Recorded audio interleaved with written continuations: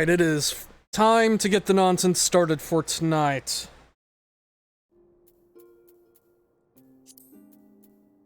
So... I hope if I have the numlock on for swapping scenes. Anyway! So... Rosa is still taking care of internet stuff. So they are taking the night off. So I figured, since we've already done 2 streams of 100 Line and Resident Evil has pushed 14 to the weekends, I'd just double up on that today.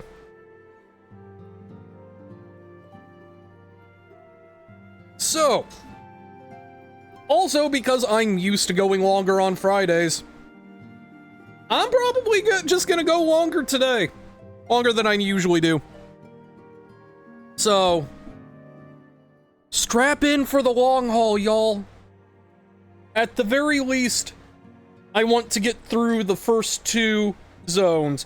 I'm not sure how fast or slow that's going to go with New Game Plus, considering I'm just going to be able to fly and not have to deal with the verticality of a bunch of the zones. Thank you for the head pats.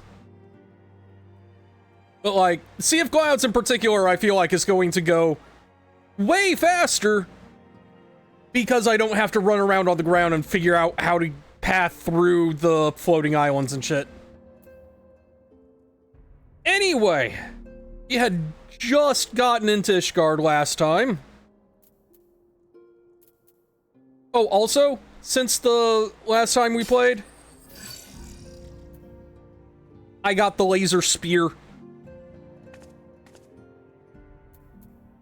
Which, I'm not gonna lie,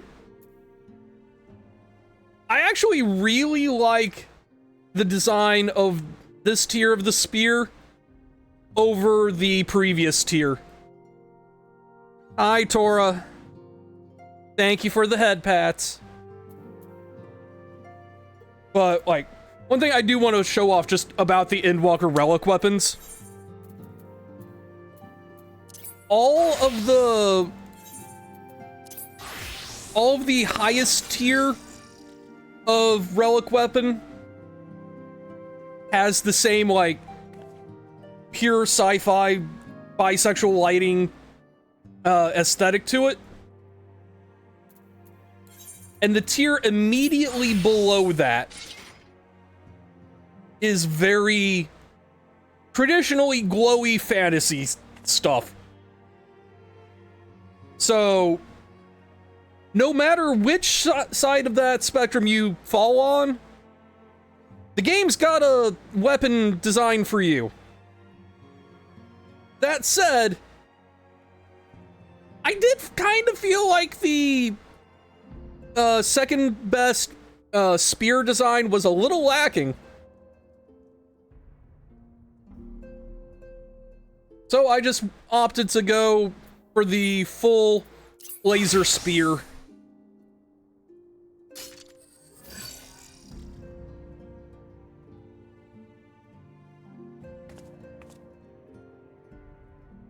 So I'm just now noticing the fucking slanted ring at the base of the head of the spear.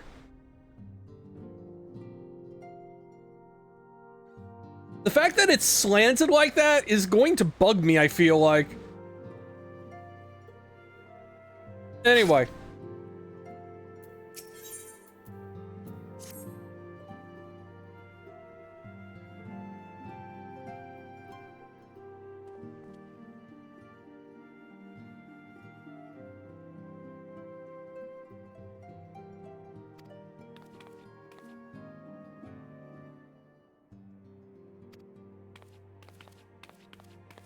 Oh, right. Alpha No's gonna take us on the tour, I guess.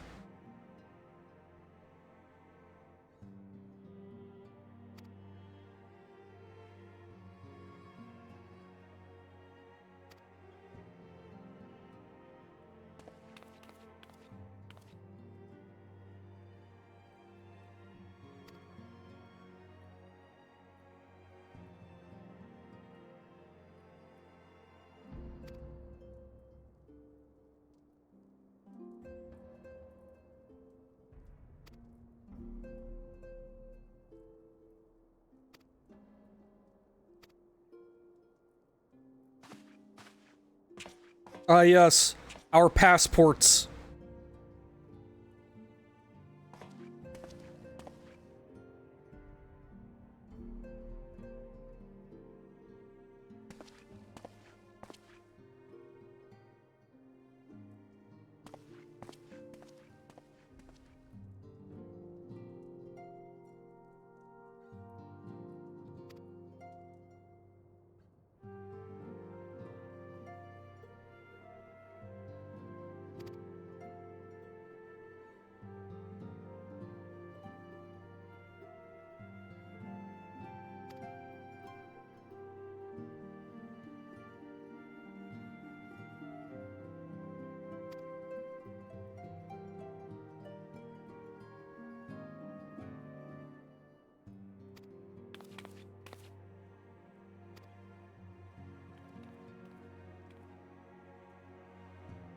Also, I'm starting to wonder if I need a new mouse. I've noticed that when I've, clicked, either button, really, what I intend to be a single click will sometimes register as a double.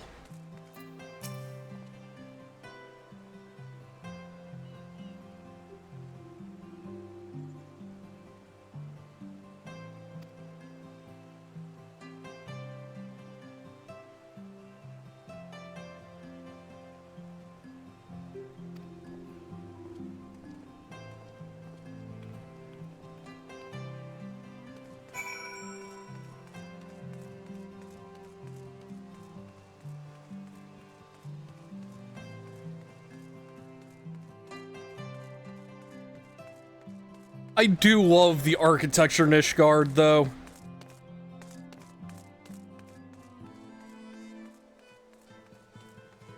Fantasy Gothic is such a good, strong aesthetic.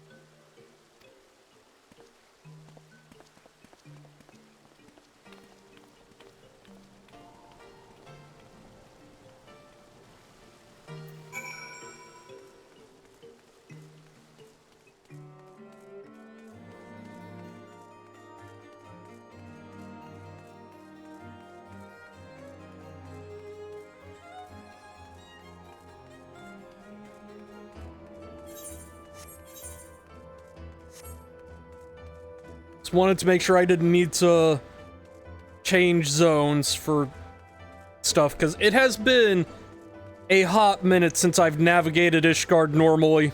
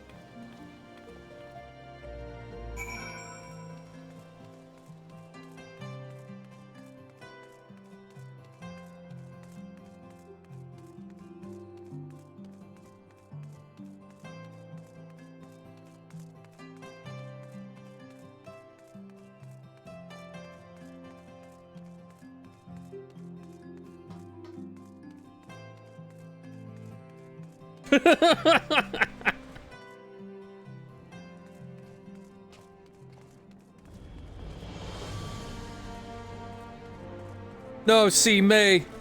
She's a time traveler from the future. Come back to the past to right a great mistake. She just can't tell anybody for fear of altering the timeline.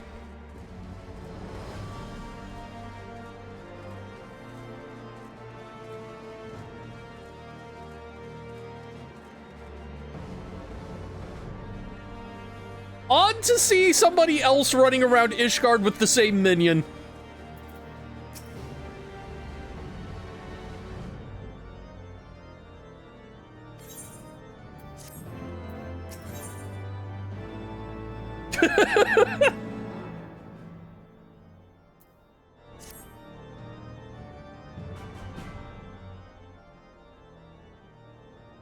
That's not true, Terminus. Graha pulled it off.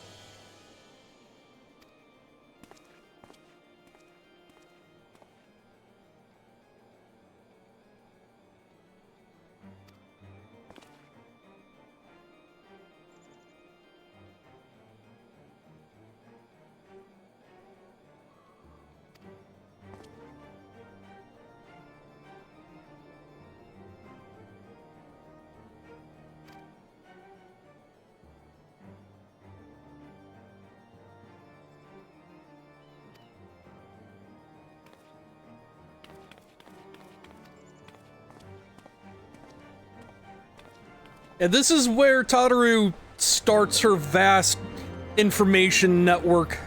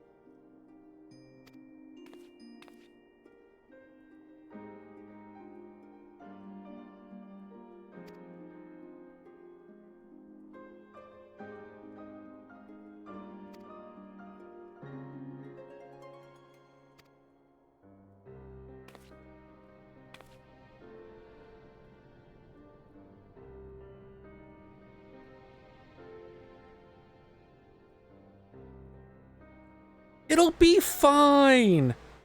Nobody would dare touch the potato.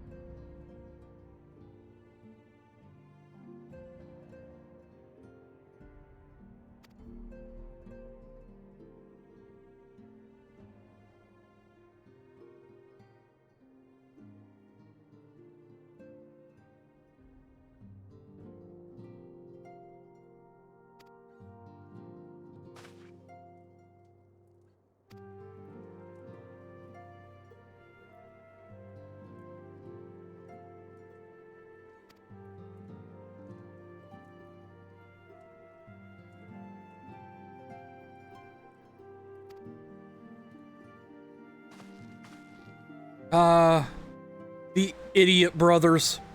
I have missed them.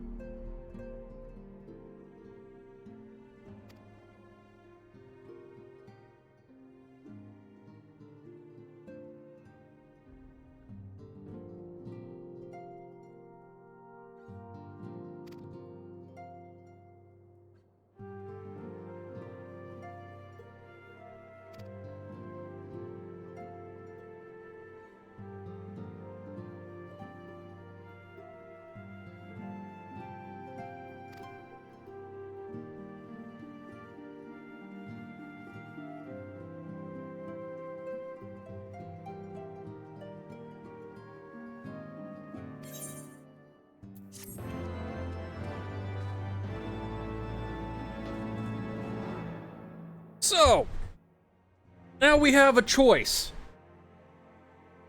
Do we go to the hinterlands?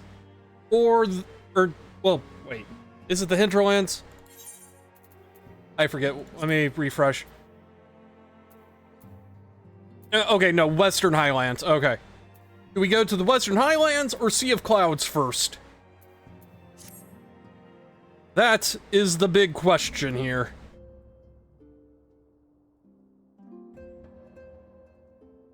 And I'm leaving this up to the first person who says something in chat.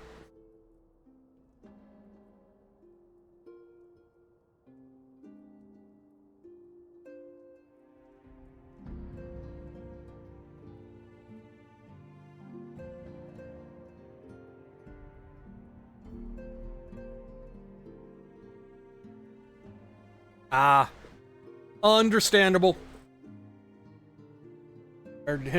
Well, I thought it was hinterlands, but Western Highlands. But I will pick that choice anyway for you, May.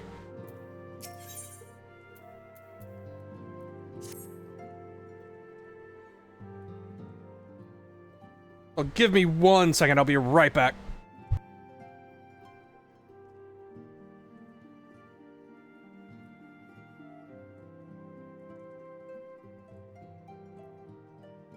All right, I'm back.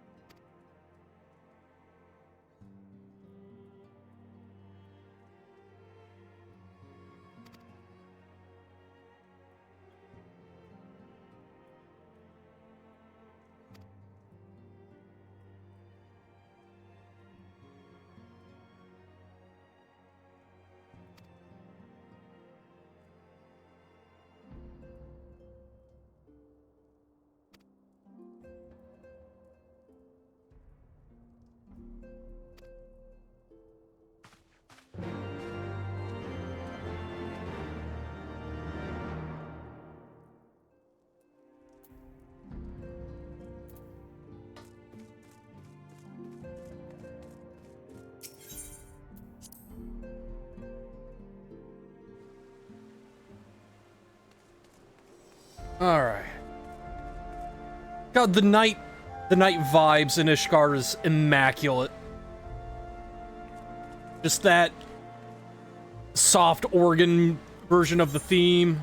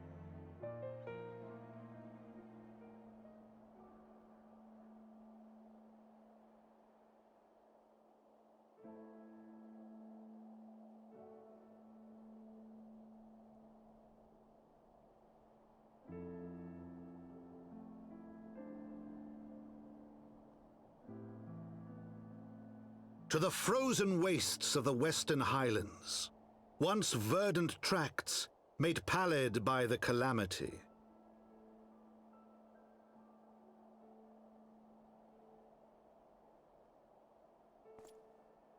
Beyond the towering wall of ice, to lands long forsaken that the knights of Ishgard strove tirelessly to reclaim.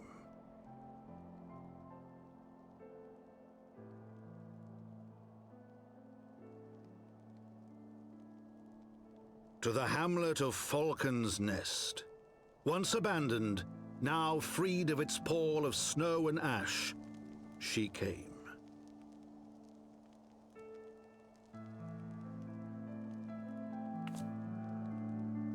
God, I miss winter already.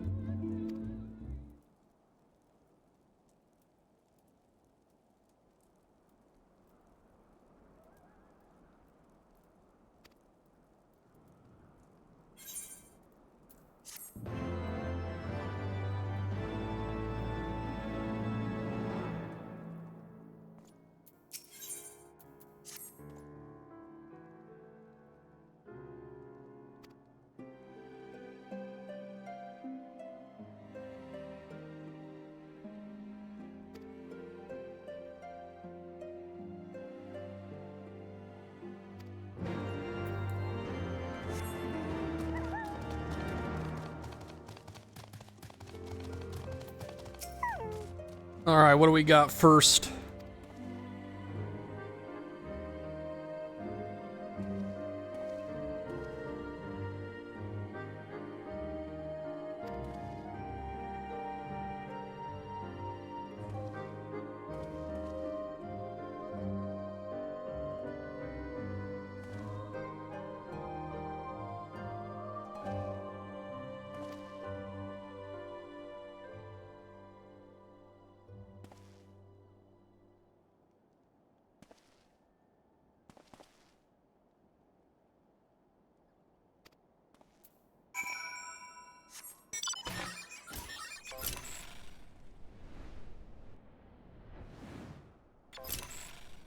Shoot.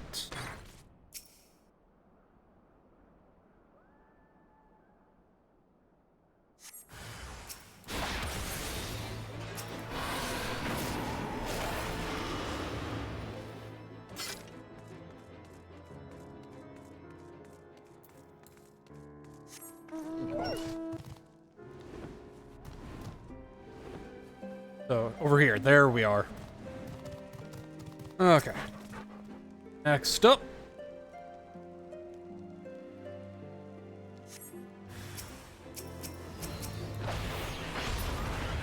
Got two of them with that, at least.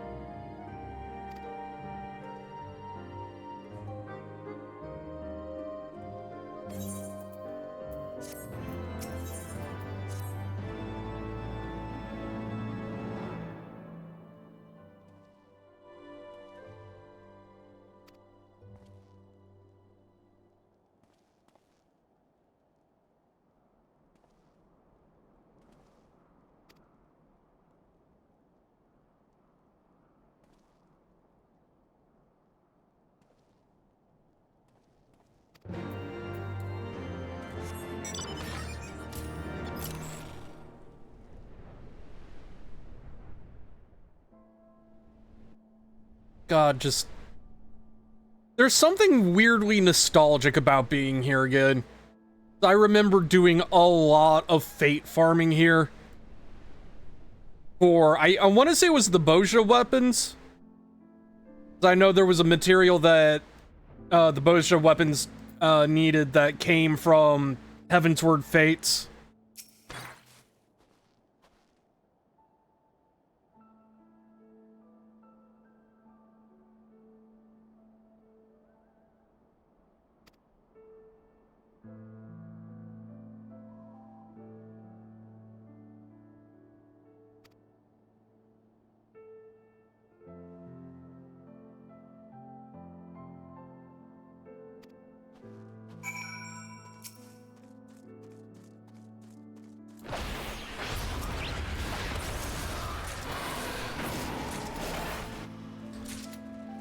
Anyway.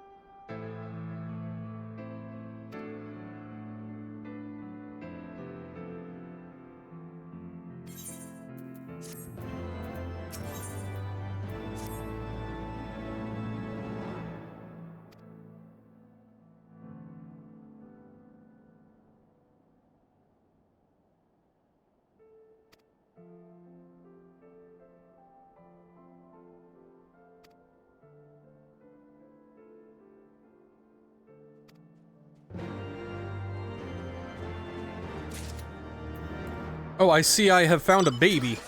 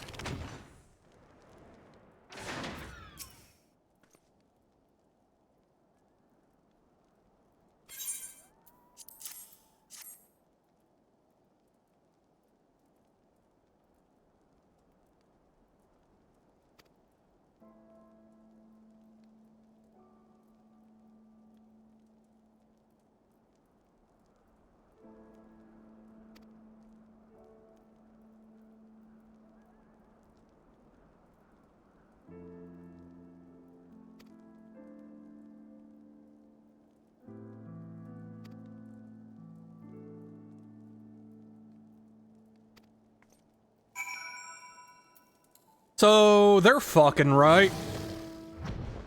Like, they're absolutely fucking.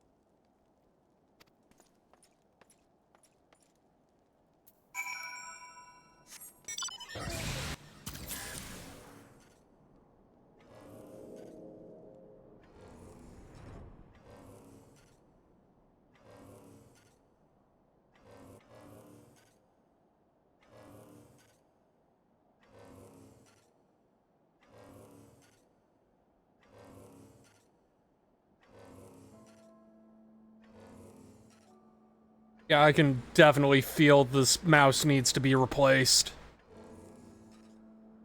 It's like, even trying to hold the click, it's letting loose intermittently.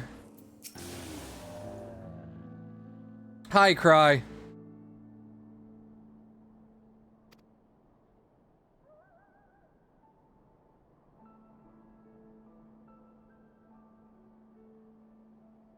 Yeah, you take that road down the cliff. I'm gonna fly.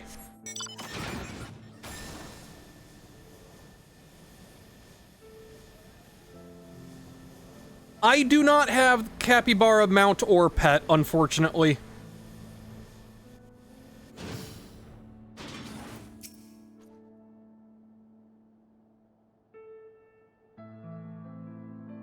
Yeah, I have not gotten to Dawn Trail yet.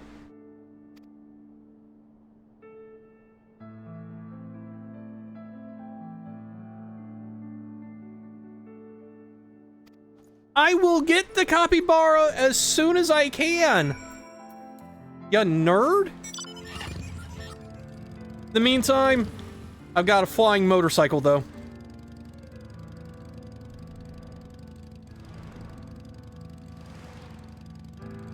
I just love that it's just a random fucking flying motorcycle. The Serpent of Ronka? Yes, I do have the Serpent of Ronka.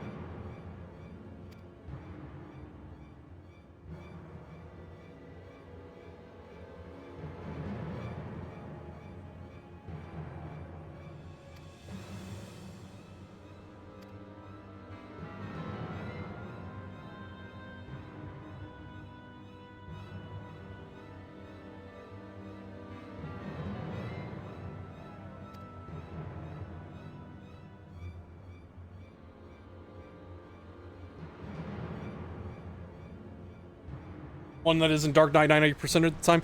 I considered doing this as Dark Knight, but considering Shadowbringers, I'm saving Dark Knight for that.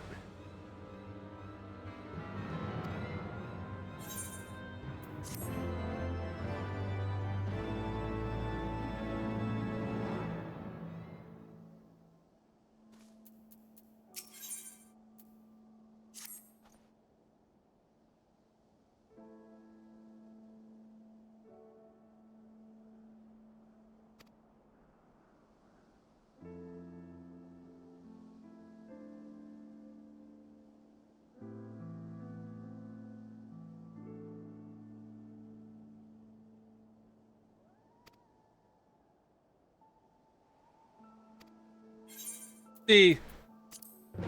Shit, I wasn't paying attention to the text box. I just play everything, Cry.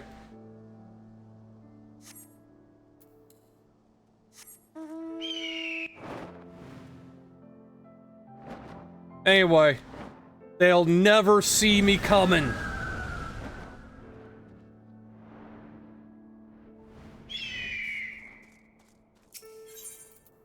Ah, a solo duty.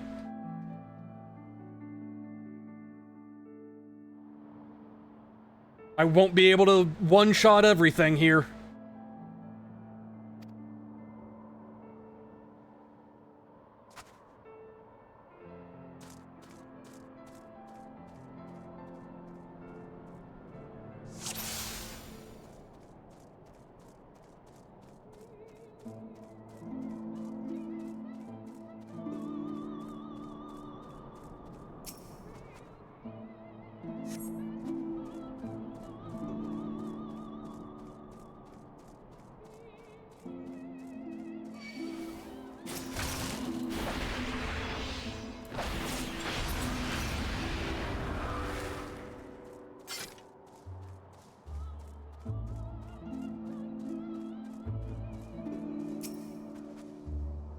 Lots of footprints here.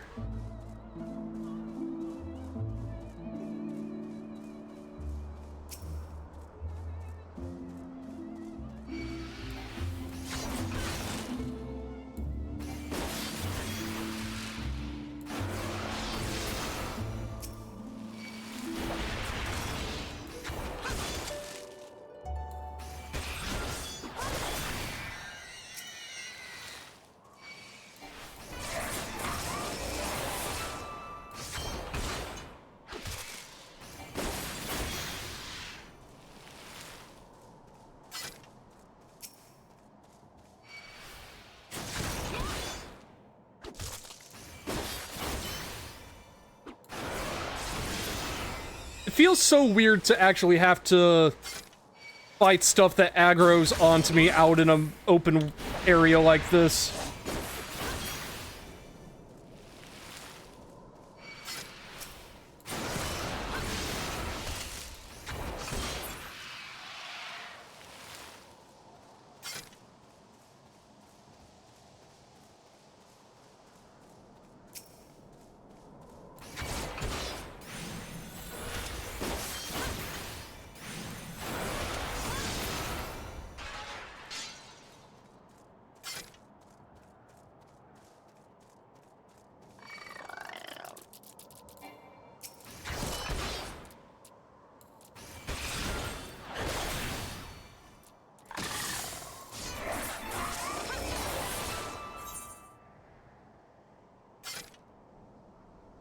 I know where I'm going. I'm wondering if it'll just let me go there without tagging all the footprints.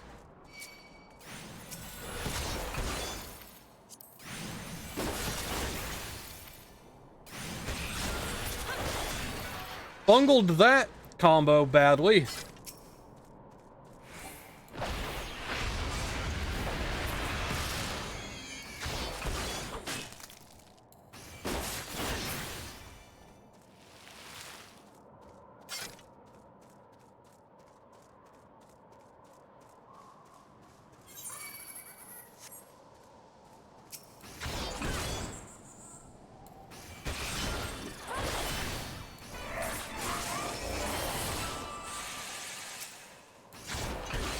Because unlike other Dragoons, I don't tank the floor.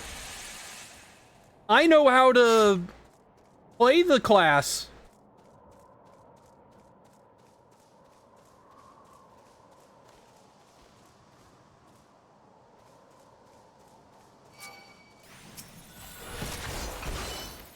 No, I'm a Dragoon.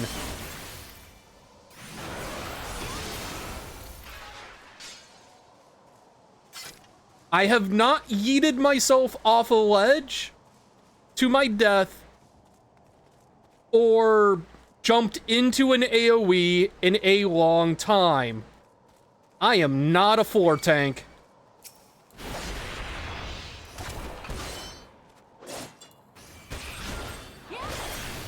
Granted, back when I was first playing Heavensward, I definitely was a floor tank at times.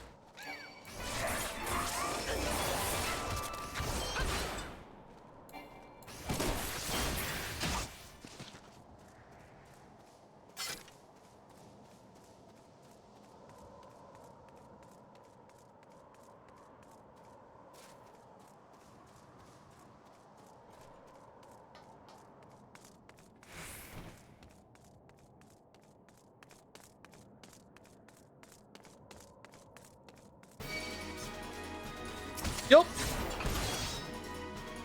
They just let me skip the trail, or trailing the footsteps entirely if you want.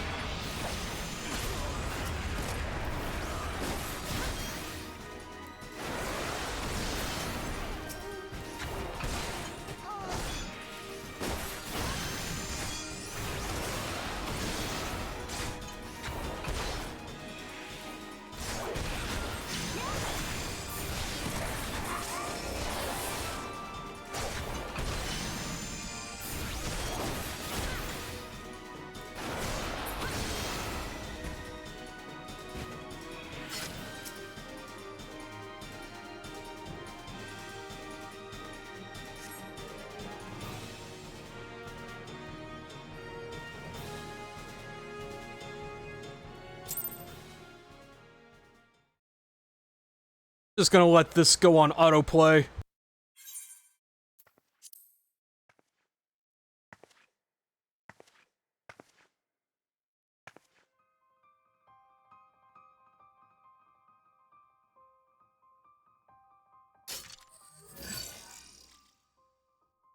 Looking for me, I presume.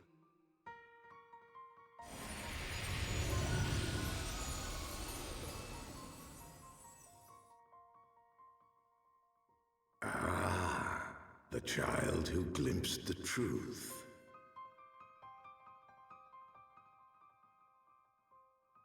No! It cannot be.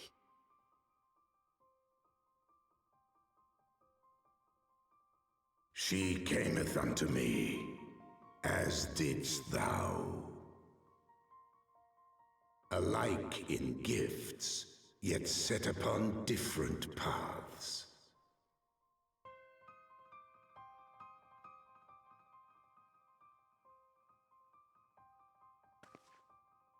He speaks true, warrior of light. Like you, I have been blessed with the echo.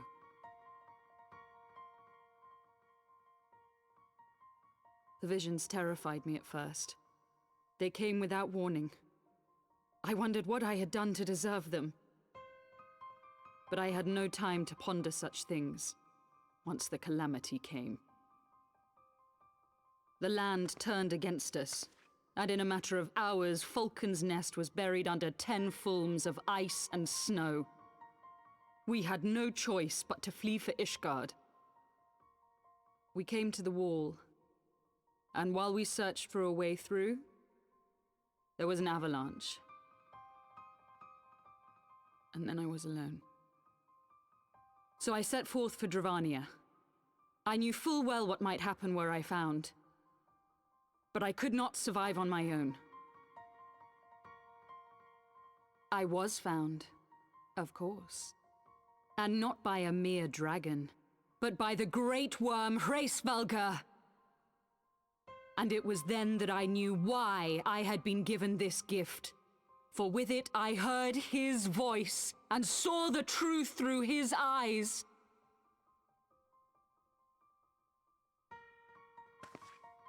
I was chosen to deliver this revelation to the people, to bring dragon and man together as they once were, and should ever be.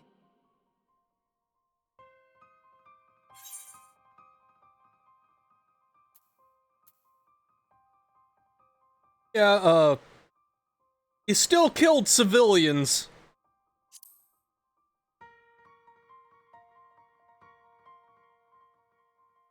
It wasn't supposed to be like that. You have to believe me. It was beyond my control. Children taught to fear the skies, who saw their loved ones slaughtered. Yet the Dravanians, though they know where the fault truly lies, fell upon them with such fury. Men die, and their children forget. But we are everlasting. To us, then is as now. Thou canst not comprehend the violation, the outrage, the fury. I will make this right. I am neither a saint nor a savior, just another sinner. Yet I will not forsake this cause. I cannot. I will see this cycle broken and peace restored. We can do naught else, for we are now as one.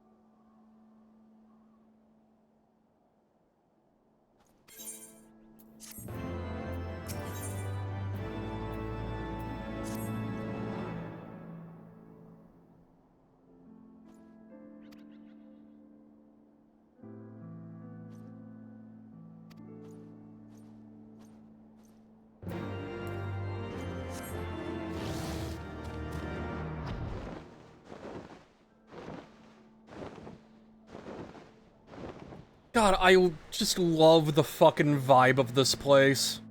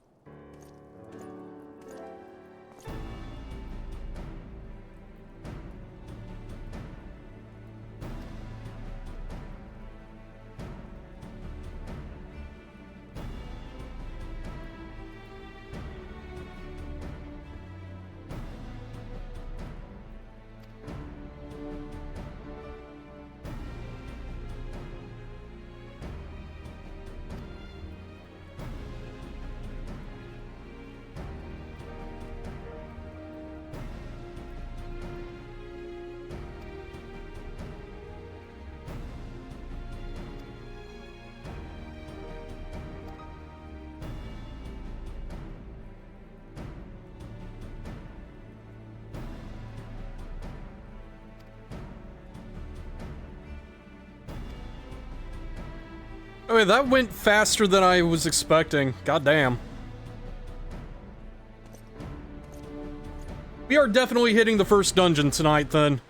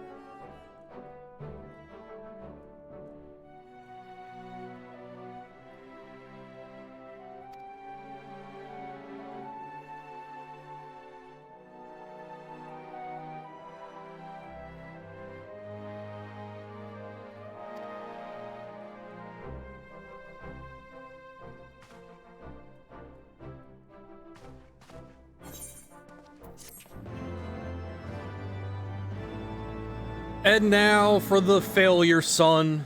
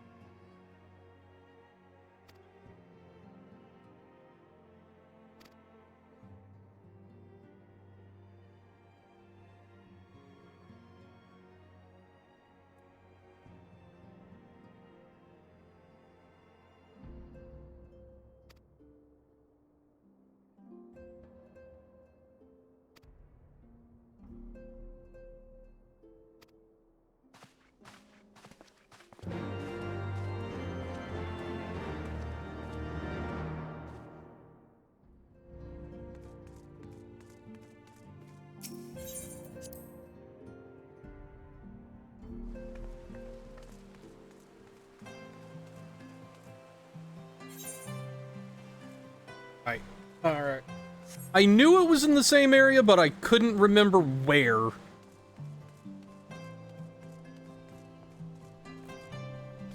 Fuck your stairs.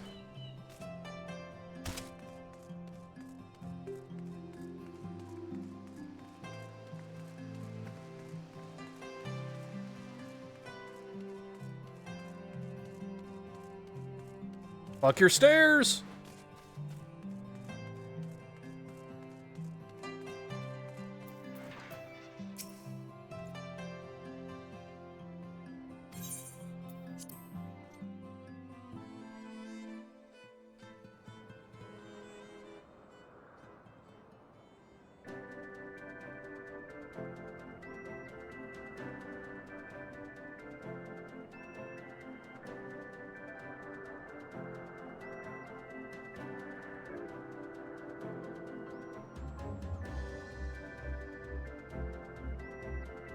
Upon an airship, conceived within the fecund mind of Sid Garland, renegade prodigy of Garlemald, who had come to call Eorzea home.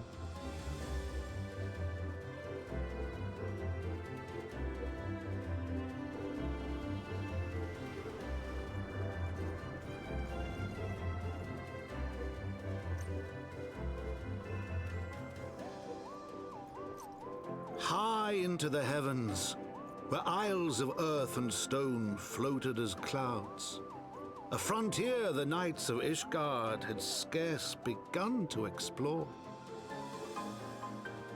To a fledgling outpost, within the sea of clouds, where careworn scouts ever scanned the skies for winged shadows, she came.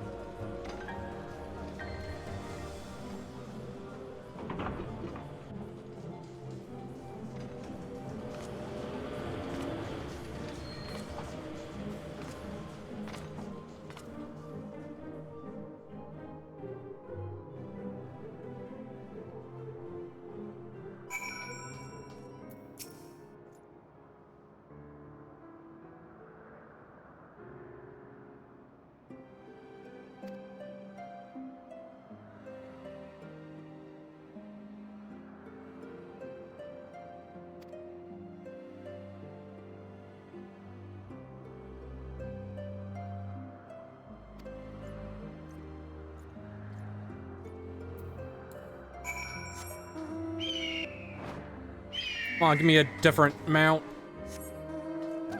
There we go.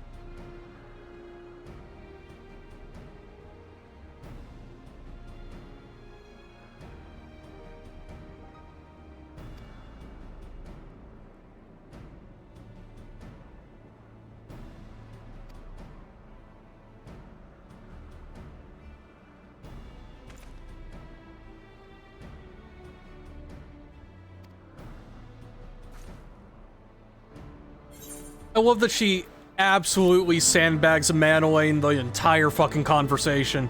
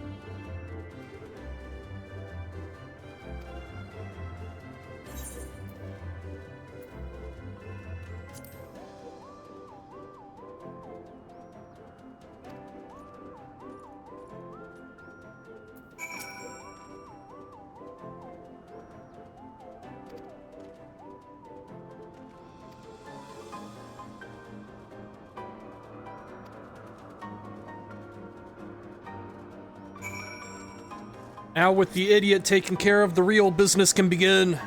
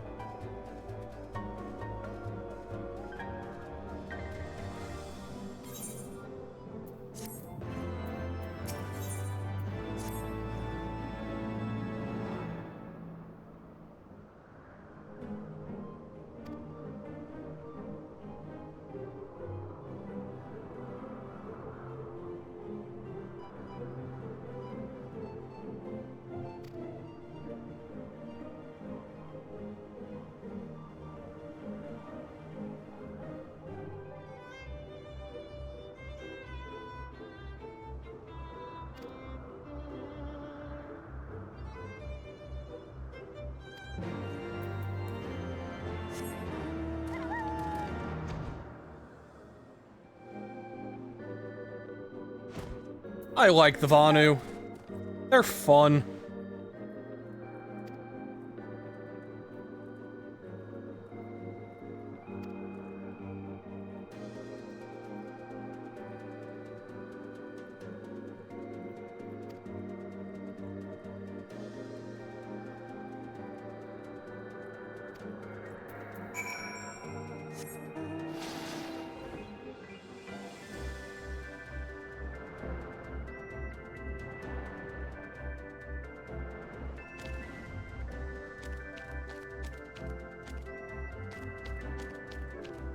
Where'mst is the thing? There it is. Okay.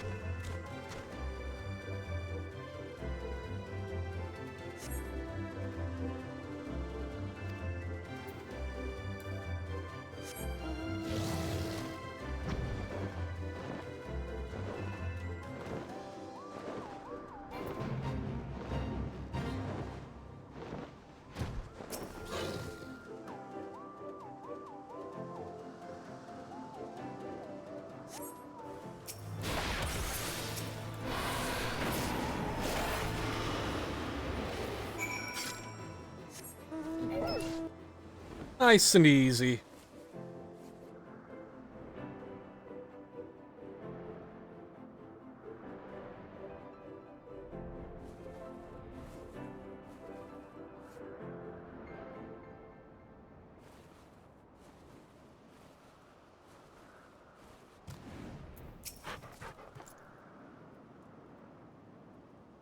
Camera is stuck in the tree.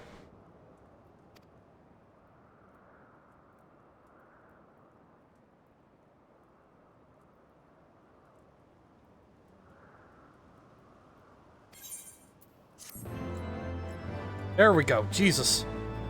That was an awkward fucking angle.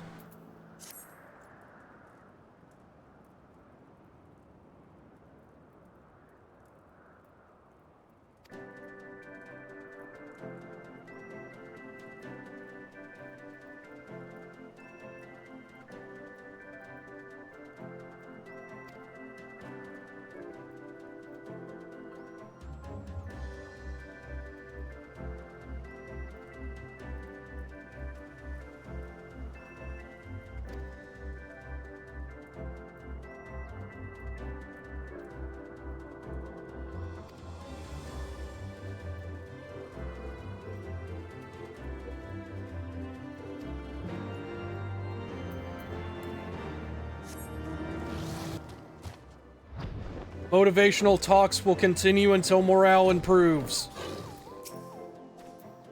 Get up, Manolane.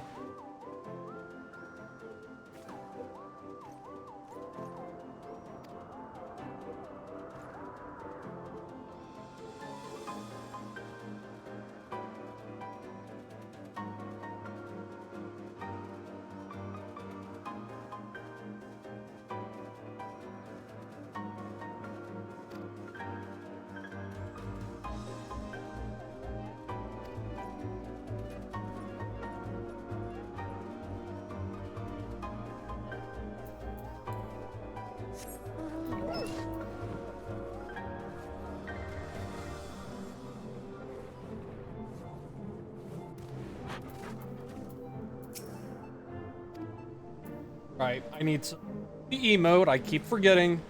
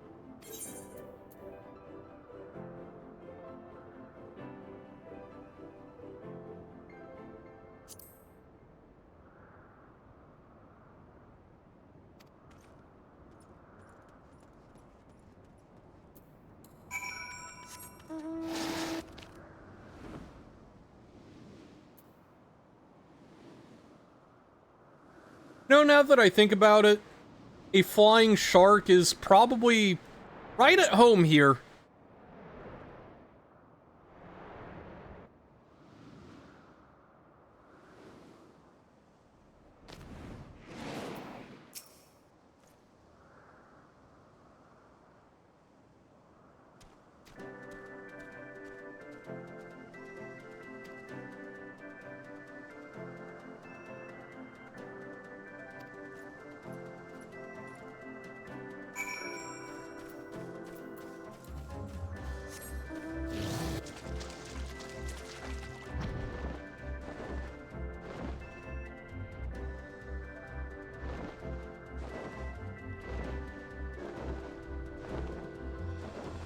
Memory serves. The point is, like, up here, since you have to, like, run all the way through the area in order to get to it.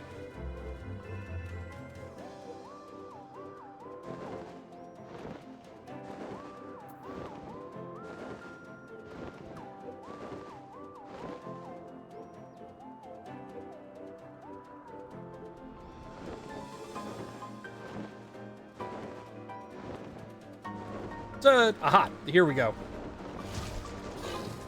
About to say, that said, this is an awfully big search area to comb through.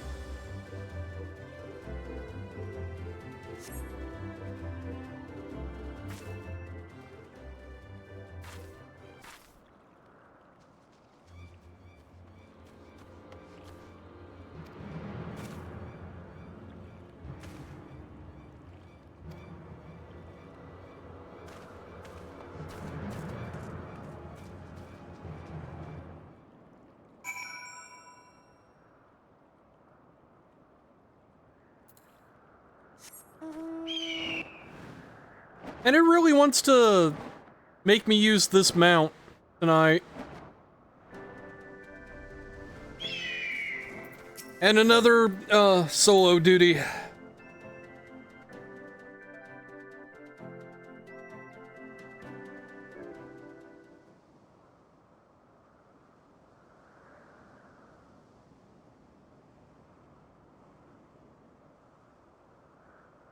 And suddenly, nighttime.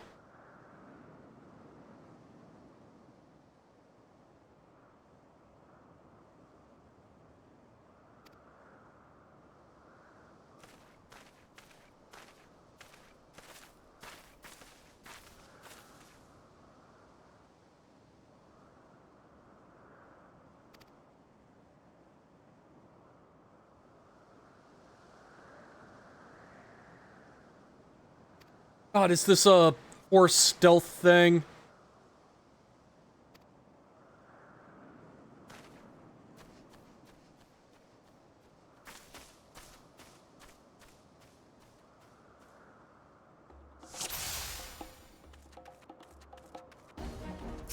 Or can I just fight my way through? Okay, I can fight my way through. Good.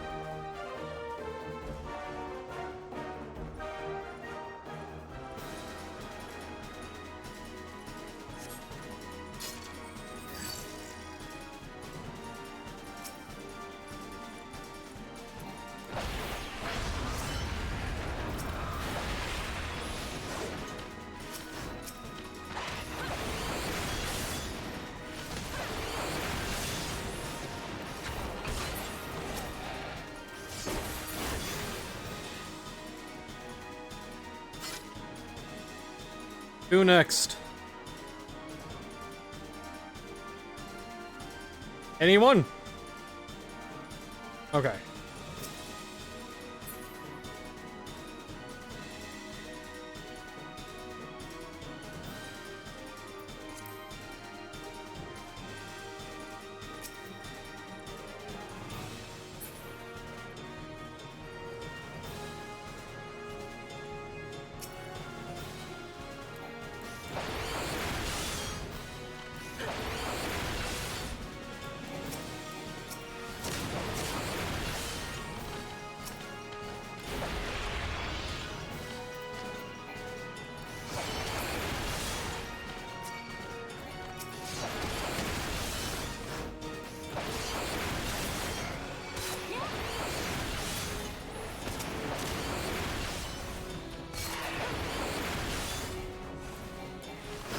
Thanks for the assist, Horsefont, but y'all are completely unnecessary.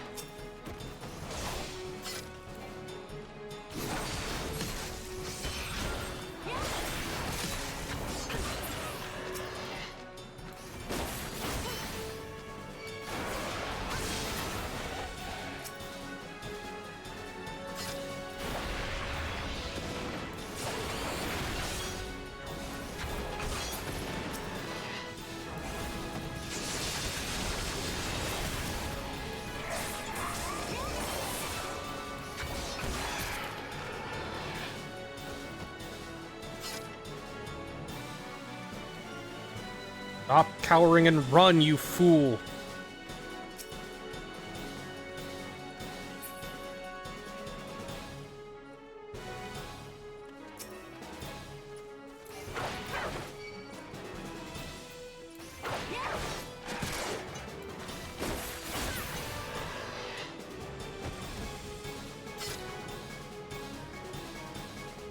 Annalene, I swear to fuck.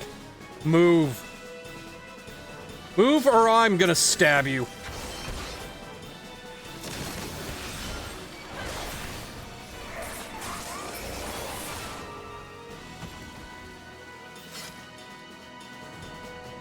Why are you cowering now? Giant piss baby.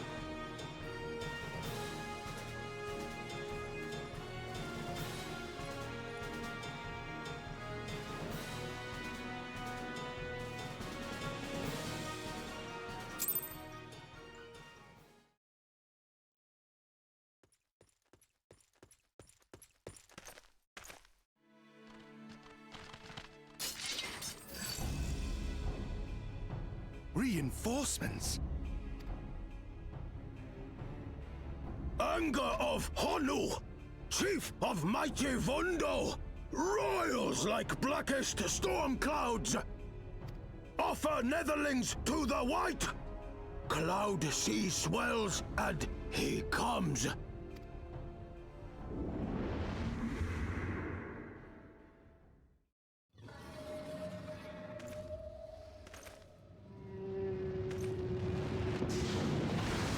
Hi, Bismarck.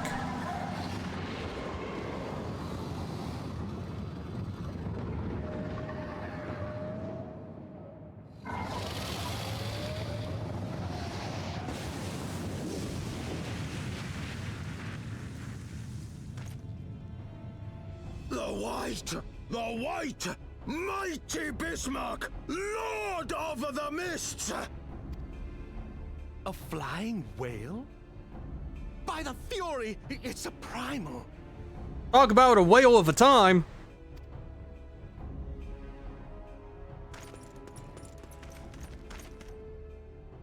We must away. We can take him, Horsefont. Let me at him.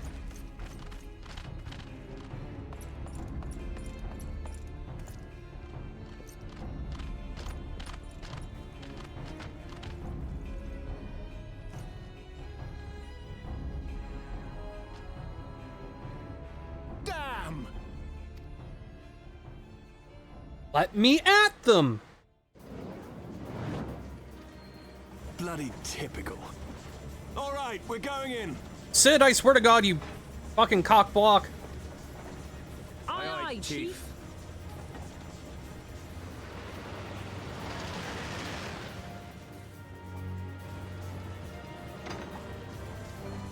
All aboard!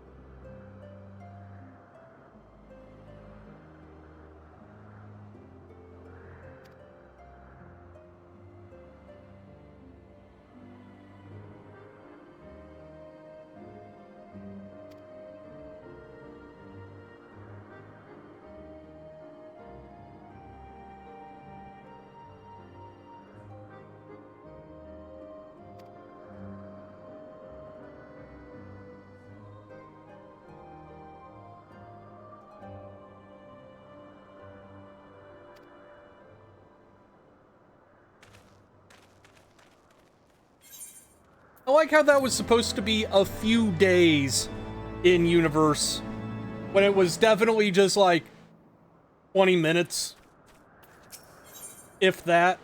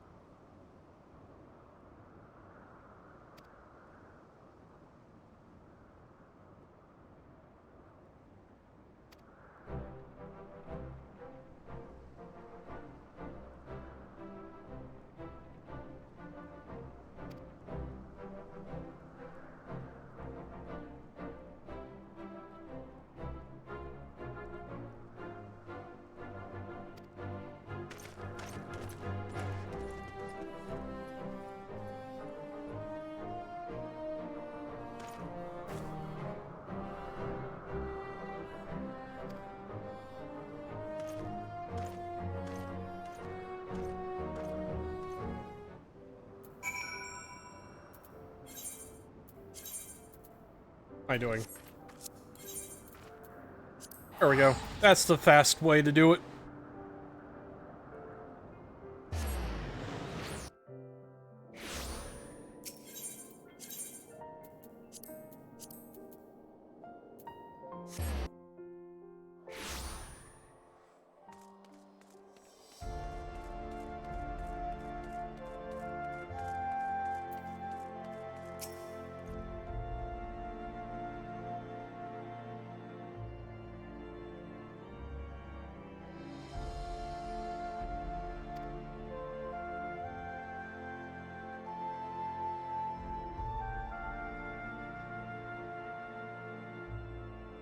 And Horshafont really likes cheating death, huh?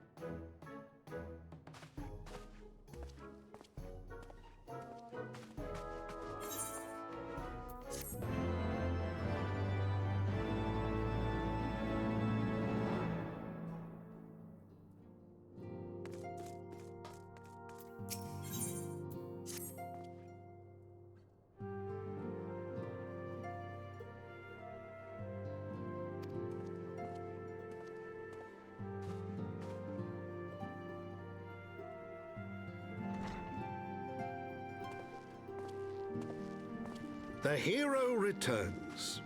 I cannot thank you enough for saving young Imanolane's life. Aye, he told me everything. I've also received letters from both House Zamail and Durandare praising your conduct, and that of House Forton. You've won us much honor, my friend. My lord. What is it? Speak. Pray forgive the intrusion, my lord, but I bring grave tidings. Master Alphino and Mistress Tataru have been detained on suspicion of fomenting heresy. What? Explain. They were observed entering a tavern in the lower levels on some half-dozen occasions. There, it is claimed, they made a number of inquiries. Inquiries which brought them into contact with certain, elements. 'Twas this which prompted a Knight of the Heavens War to demand that they be questioned. Sir Grinno, my lord. Sir Grinno is a brute. An exceedingly accomplished brute, but a brute nonetheless. Alas, he is also a son of House Zamail.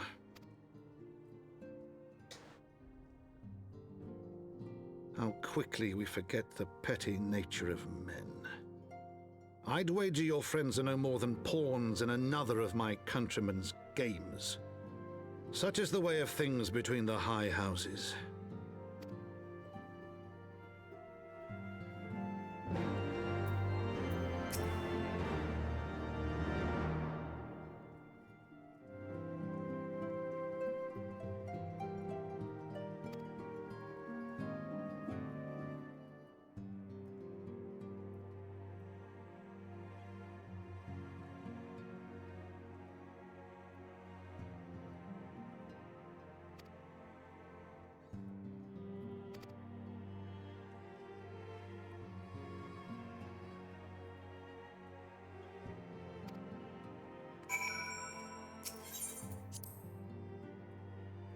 Alright, time to go talk to Amaric, or as I have heard him called many a time, Commander McHandsome.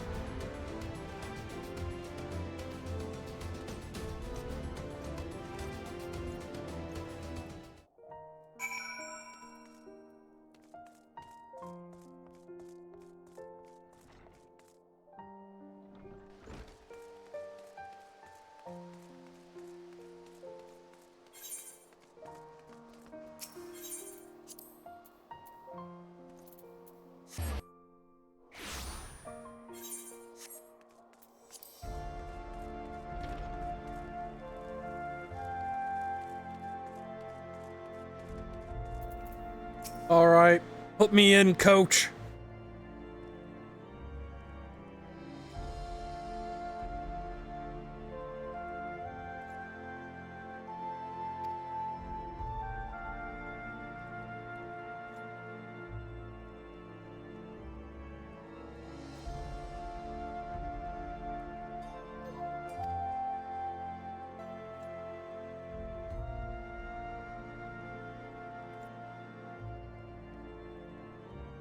I love Horsefant so much. He's such a fucking golden retriever.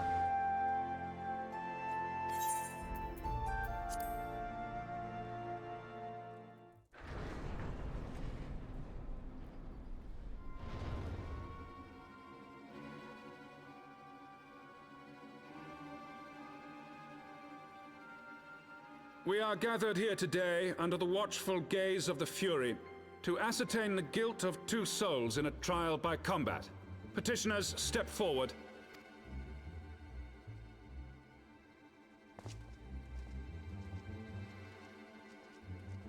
Sir Grinno, for the benefit of all here present, I would ask you to repeat the charges which you have leveled against this man and this woman. I, Sir Grinno de Zemile, brother of the Heavens Ward, did bear witness to these 2 foreigners consorting with heretics.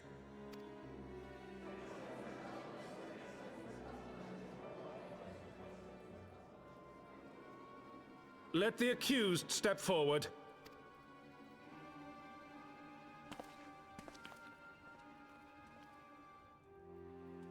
Alfino Leveilleur, Tataru Taru, you have heard the charges leveled against you.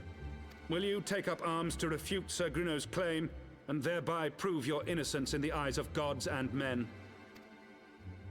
I, Alfino Leveilleur, am innocent of this charge, and claim my right to trial by combat. I, Tataru Taru, am innocent of this charge, but I am no warrior and cannot fight. So, I claim the right to name a champion.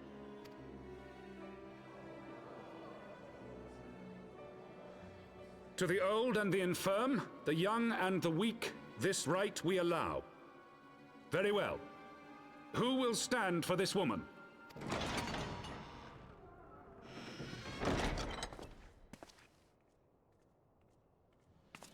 Sup, bitches.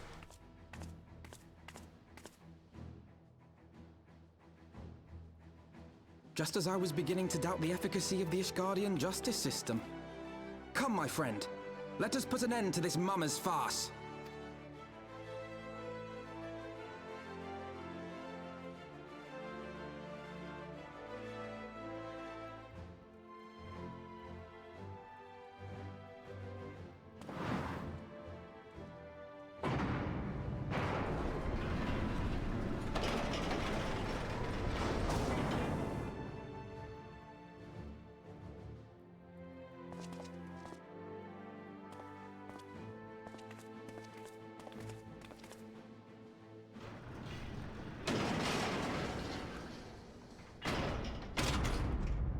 O Halone, render unto us your judgment. Raise up the righteous, and cast down the wicked.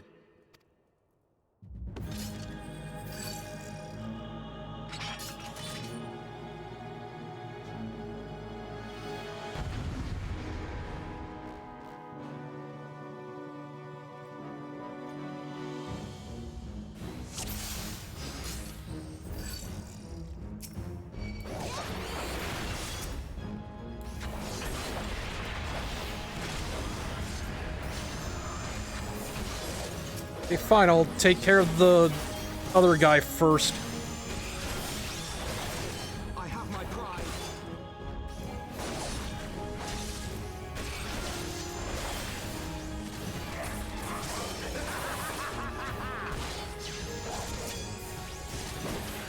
That said, he's actually going down faster.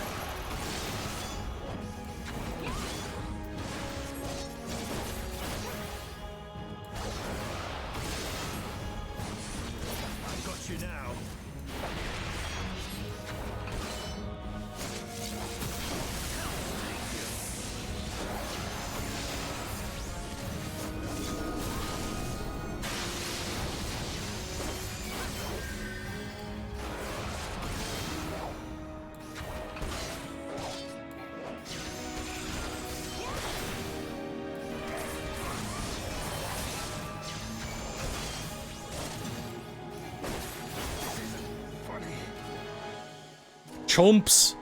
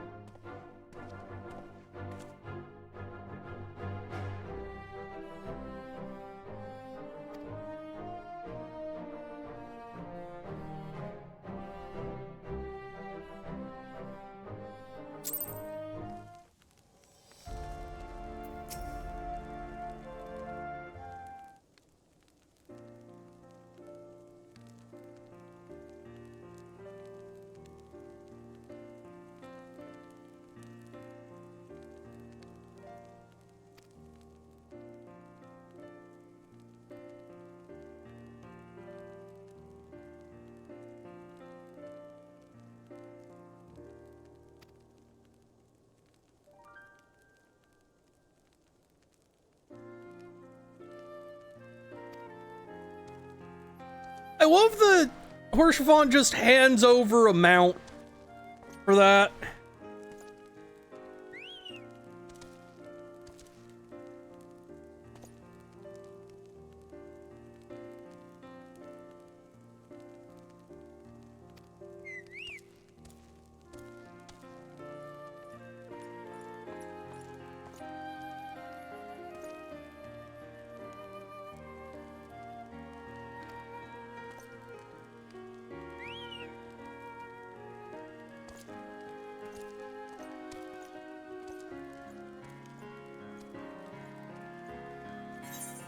Dude was so excited he just brought a horse into a church, effectively.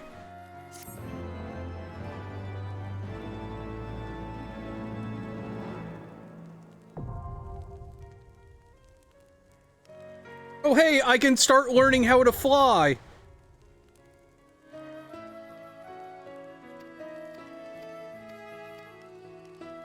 You know, like I didn't already have all that.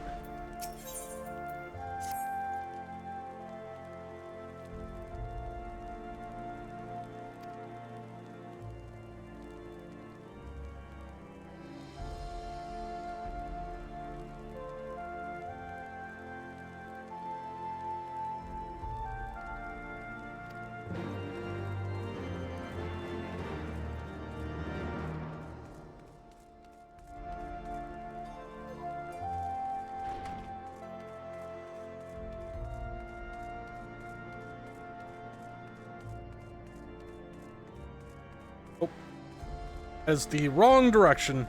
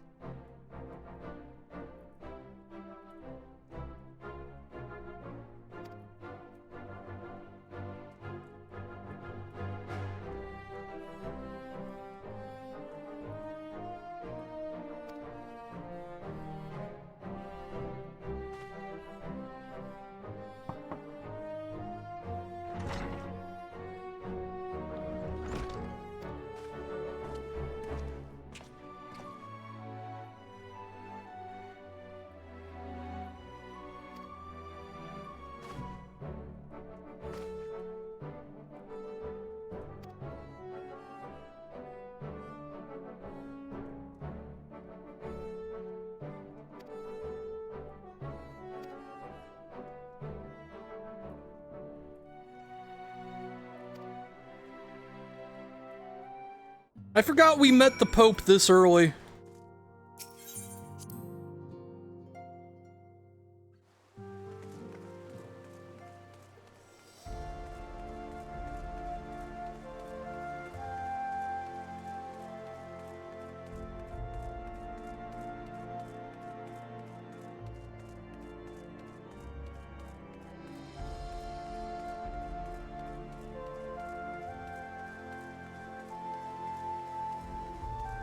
Hey, Nix.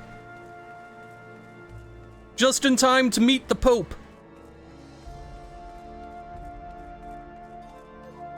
I hope Fish was good.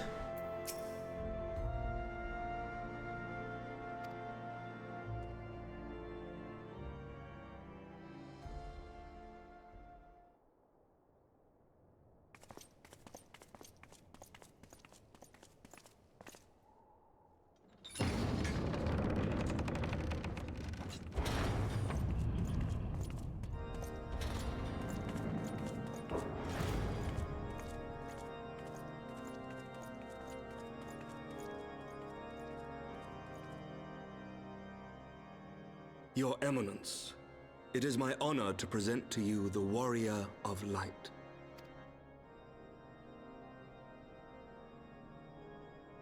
I have heard the tales of your many grand endeavors. The Lord Commander has also been most effusive in his praise. I am Thorin VII, Archbishop of the Ishgardian Orthodox Church, and I bade you come here that I might offer my personal apologies. You will forgive me for not calling upon you as courtesy would dictate, but as you can see, my more sprightly days are long behind me. But I digress. Your companions were wrongly accused of heresy and subjected to gross indignities. This, I am sorry to say, was the result of negligence on the part of our nation's protectors. Negligence born of an excess of zeal. Is that not so, Sir Zephyrin? Yes, Your Eminence. Regrettably, it would appear that we of the Heavens Ward were in receipt of erroneous information. Sir Grinno has ever been headstrong. He pressed charges before the truth had been ascertained, for which I most sincerely apologize. An unfortunate misunderstanding born of an earnest desire to serve Ishgard, but one which should never have occurred. For who could doubt the character of those who bested Shiva and drove the Horde from the steps of faith? Not I. That much is certain. That will be all, Sir Zephyrin. I would speak with our guest in private. Your Eminence?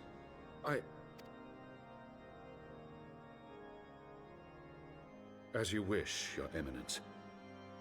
That will be all for today.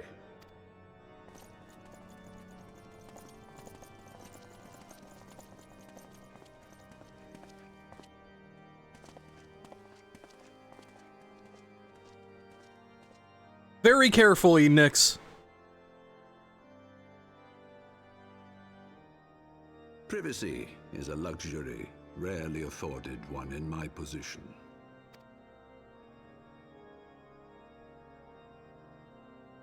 Now tell me, young lady, what do you know of the Ascians? Wait, what? Like, around his collar? Like, I don't think that's meant to be tucked in. It's just like coming out of the collar.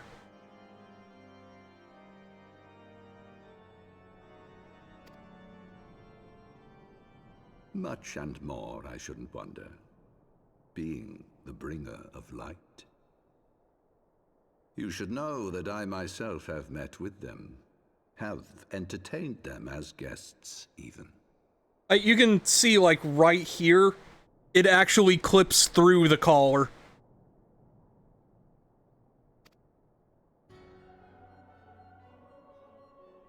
Those harbingers of chaos and strife offered us power, that we might continue our war against the dragons. I have no intention of aiding their cause, of course, nor less of being their puppet. Yet, were I to refuse them outright, I should learn naught of their true objectives and remain powerless to stop them. Thus have I hearkened to their words with interest and paid lip service to their beliefs, biding my time and preparing for the inevitable conflict. And why do I tell you this? Because there is naught in this world they fear more than the power of the Warrior of Light. If we are to rid ourselves of these vile interlopers, we must needs work together. With our combined strength, I have faith that we can wrest Eorzea from their grasp and pave the way for a lasting peace. Think on it.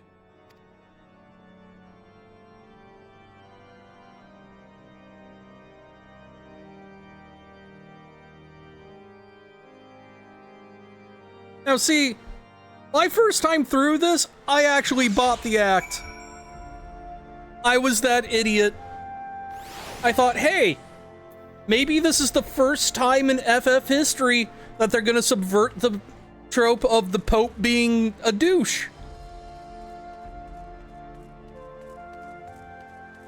Spoilers, they did not subvert that trope.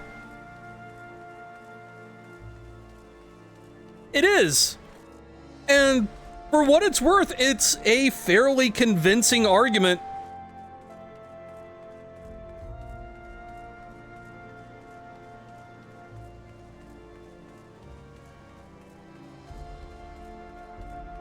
Like, it's one of those things where it makes perfect sense that the Pope is like, nah, fuck you, I've got a war to win.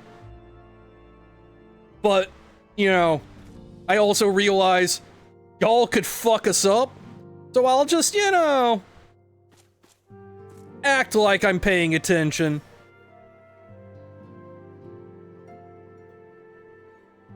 There you are. I confess I was more than a little concerned when I learned that you had been summoned to the vault. What did they want with you? Well, well. A formal apology and an admonishment of those responsible. I see my fears were wholly misplaced. By the gods! The Archbishop freely admits to consorting with Ascians. So, their ambitions extend to Ishgard as well. We will have new primals to contend with ere long, of that you may be certain. 'Tis but a matter of time. Yet shorn of the support of our missing allies, what can we realistically hope to achieve? In the midst of all the excitement, I completely forgot to tell you. When I was asking around about the Scions, I heard the most awful rumor. General Rauburn is to be executed for crimes against the Sultanate! If the Flame General dies, we will lose a staunch ally, and the one man capable of holding the Sultana's assassins to account. Lord Orshafon was wise to counsel restraint, but this business will brook no delay. We cannot permit this execution to take place. We must save Rauburn.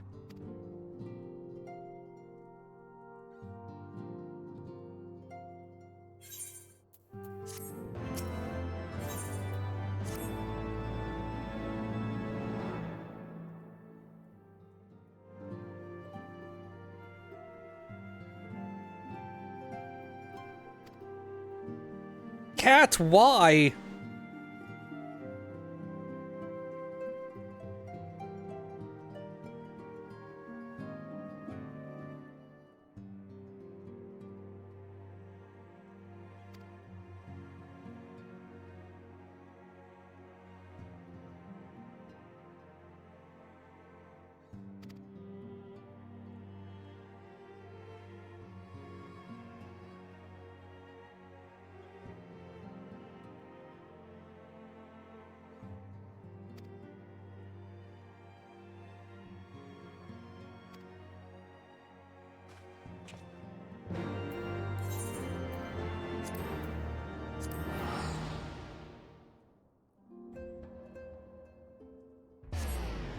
Good thing he's cute, right?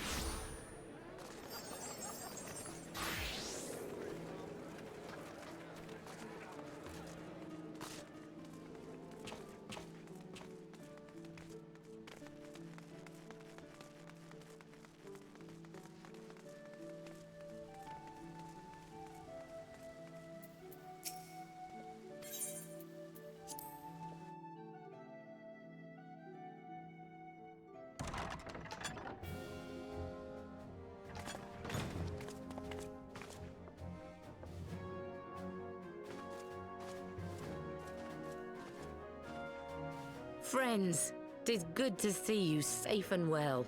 I will admit I had not counted on you seeking, let alone finding refuge within the Holy See, but full glad was I to learn that you had. Thankfully, we had allies there who took us under their wing. And theirs was not the only aid we receive, I suspect. When we fled Uldar, we fully expected to become wanted men, known to all and hounded at every turn. Yet that did not come to pass. On the contrary, 'twould seem the charges against us have not been made public. Might we have you to thank for that, Admiral? Sharp as ever, Master Alphino. On Marshal Terrapin's urging, the Elder Seed Seer and I demanded that the Syndicate suppress news of the Scion's alleged crimes until such time as irrefutable evidence could be found. Our argument was simple. Lacking proof, to accuse the saviors of the realm of so unlikely a crime would have the people up in arms. In their wisdom, the Syndicate agreed, as you yourself have seen. There is something you should know. Some few days prior to the banquet, the Elder Seedseer and I were summoned for a private audience with the Sultana. There, she revealed her intent to announce her abdication, that she might pave the way for the establishment of an Uldan Republic. What?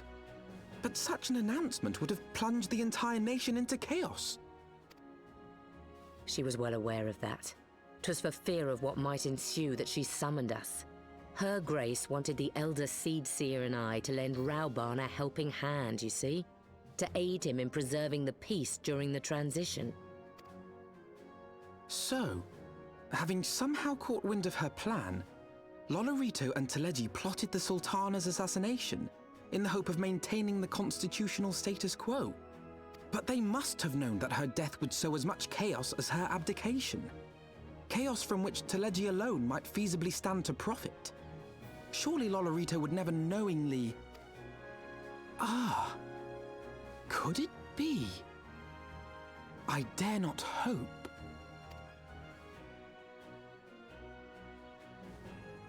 The Uldan authorities have yet to announce the Sultana's passing. To allay any suspicion that may arise from Her Grace's absence, they have issued a statement to the effect that she is presently convalescing from illness.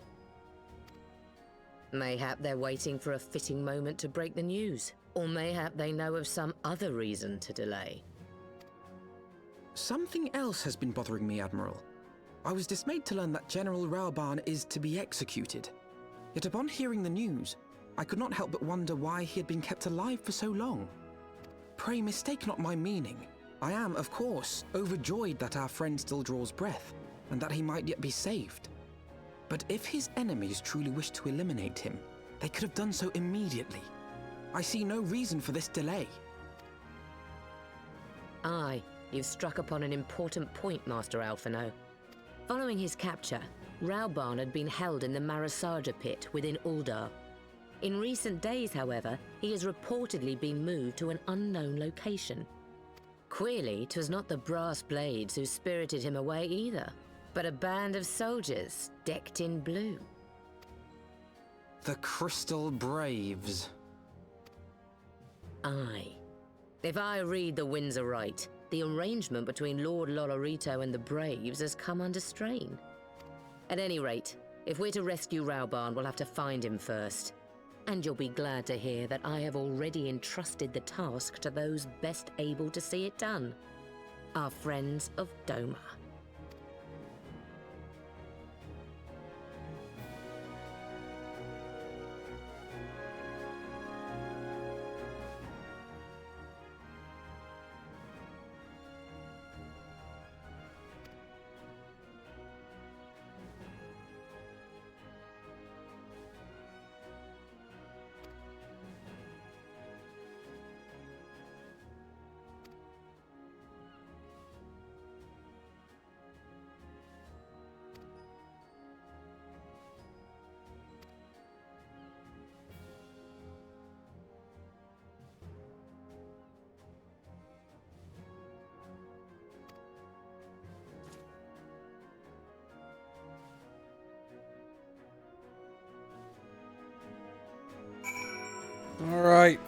Mordona once more. Hi, Mr. Famous.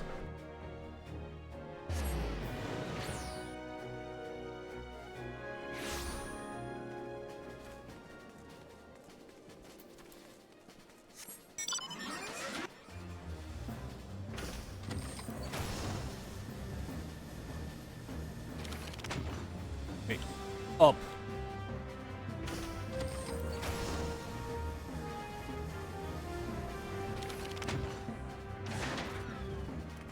Cats are gross. But, I mean, so are dogs.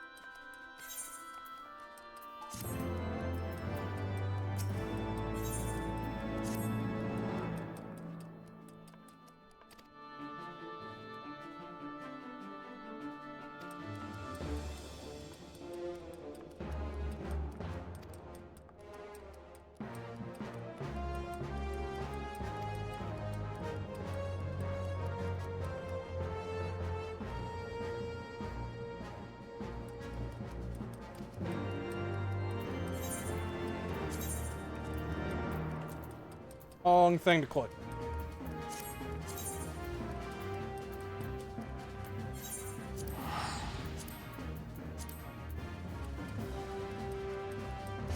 That's good.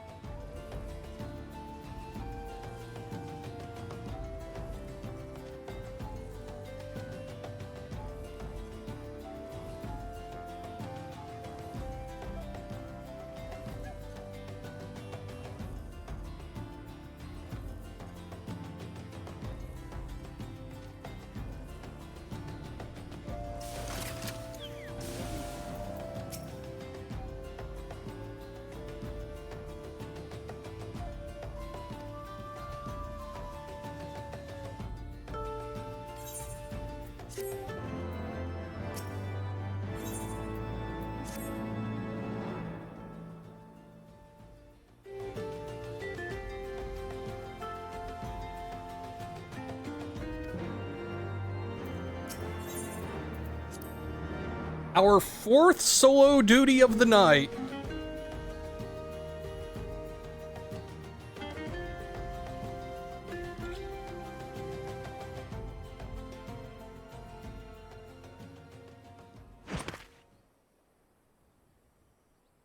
Hi, Yigiri.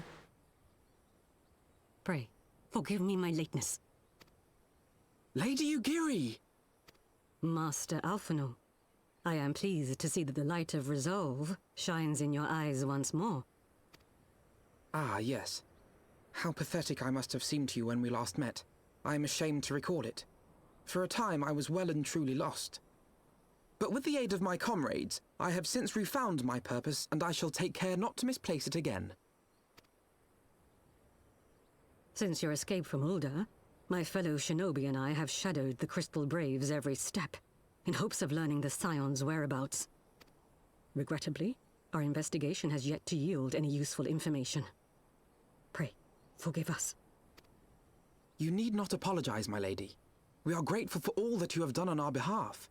Besides, Ralban is no less a friend, and we cannot well abandon him to his fate. Hozan, the three of us shall attend to the Flame General's rescue. Pray, draw away the guards by the entrance. Take Dowade and Higiri with you.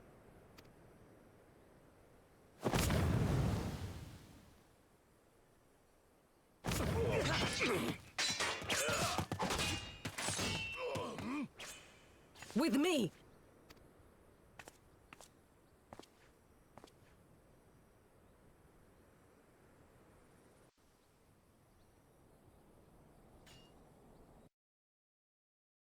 Yup.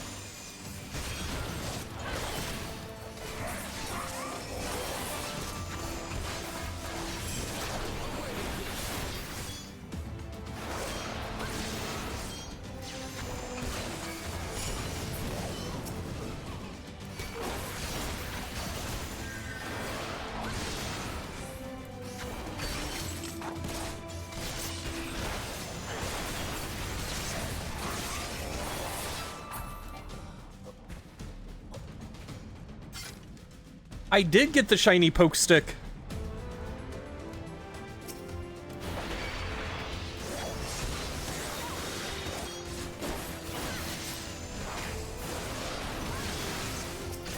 Oh, you're a healer. You need to fucking die now.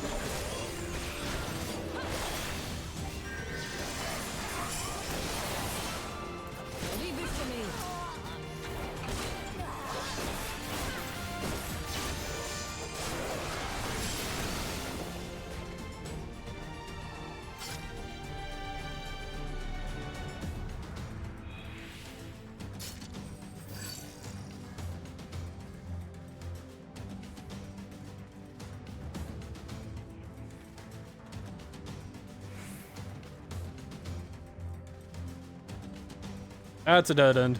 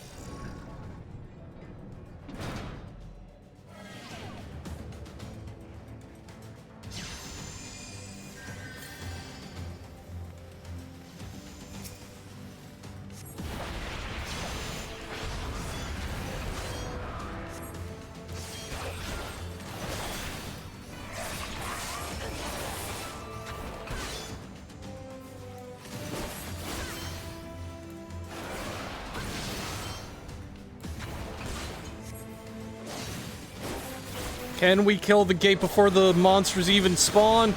Yes.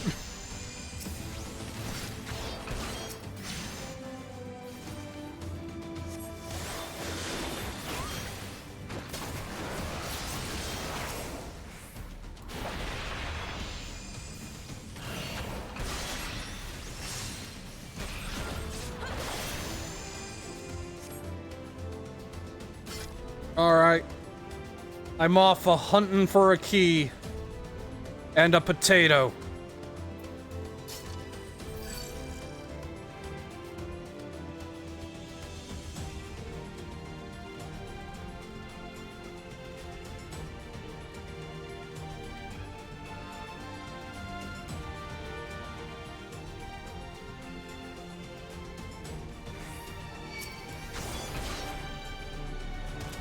I mean, that is an option. I can whittle him down into the shape of a key.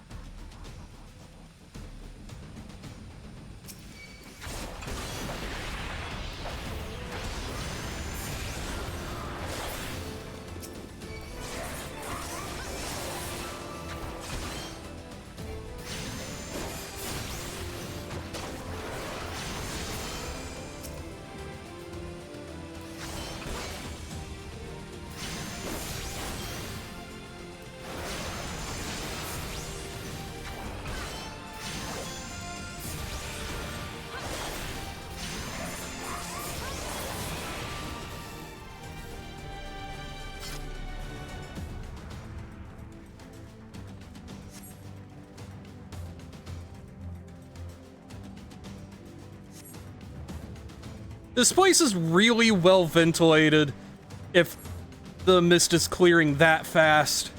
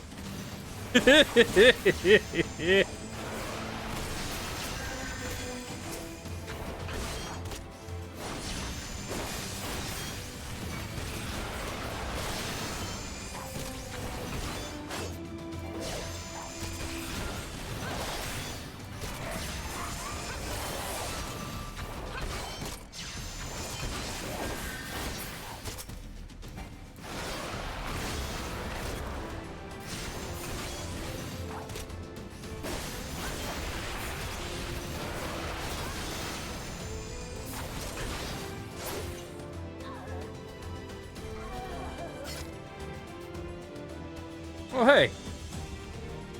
A key.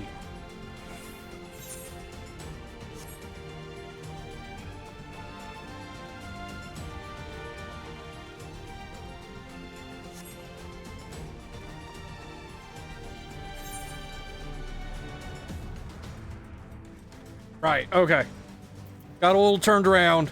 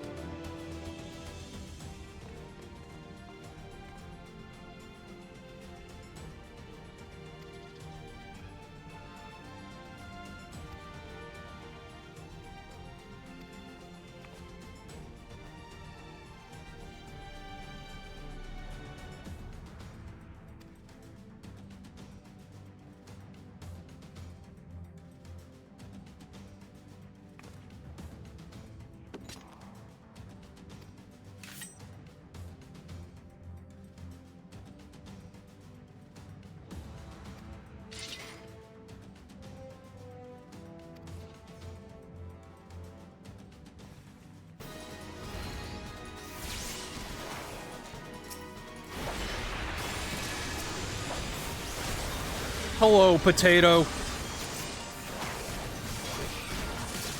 Actually, this potato first, since it's a healer.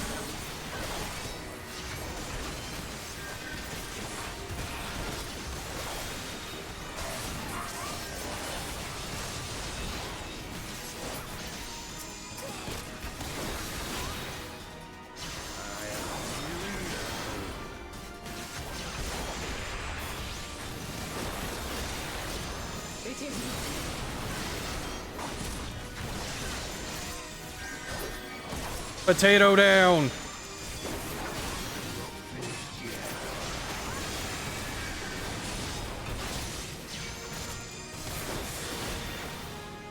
All right. Time to focus fire on the turkey.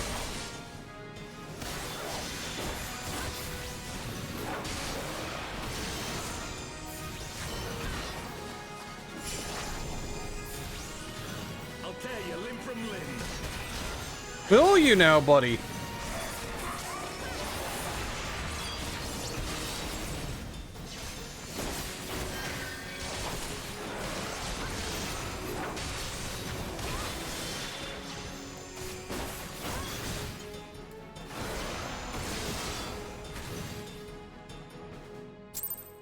Oh, the blade is dull, so it'll hurt more.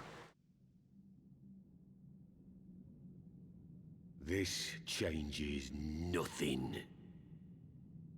Yeah, I agree. It doesn't change that you're a pathetic fool that can't win a fight if his life depended on it.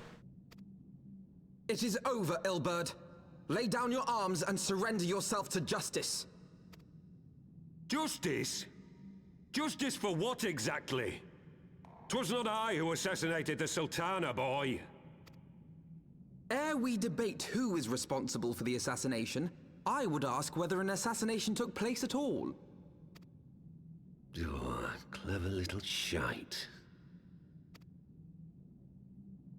If you think you fight for justice, lass, you best wake up. The truth is, you fight for whoever bloody well tells you to. Can you not see you're being used? By the Scions, the City-States, even the Crystal Braves. They none of them care a whit what you want. Only what you can do for them. And what would you suggest, Ilbert, that I do what you tell me to do? And how do I know this? Because I'm the same. A pawn to be used as my masters see fit. All I ever wanted was to liberate my homeland. And I ate dirt to make it happen. But what have I achieved after all these years in servitude? Nothing. Not a bloody thing. If we ourselves are not free, free to think and to act, how are we ever to reclaim our homeland? Know this. There is nothing I would not give to take back Alamigo. Nothing!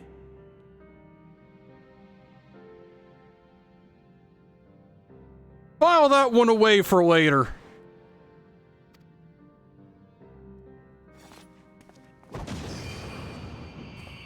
Also, I love this. Drops a ninja flash bomb. Is just fucking booking it. Like, bro, Get away! you're supposed to just vanish.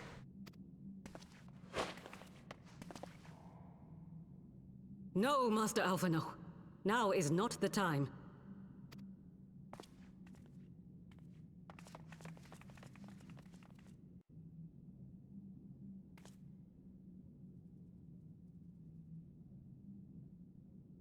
I'm but a cripple and a fool. And still you came for me. I'm in your debt. We are all of us fools of fate, General. But even fools have a part to play.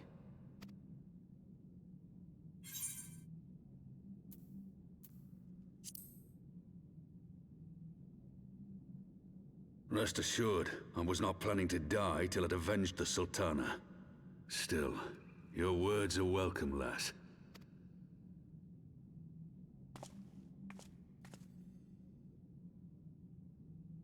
Know this, Ilberd. There is nothing I would not give to see you pay for what you've done. My wealth, my arm, my life. Nothing. General, are you aware that Lord Lolorito has yet to announce the Sultana's death to the public? What? No. No, I was not aware of that, nor of anything else outside my cell.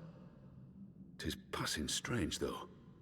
I assumed the bastard would make it known at the first opportunity, and set about tearing down the Sultanate. As did we all. And it is indeed strange that he did not. Strange, or perhaps revealing. Now, I have no conclusive proof, nor do I wish to give you false hope, but I have reason to believe that Her Grace may yet live. What? But how can that be? Forgive me, friends, but it is not safe here. Let us continue this conversation without.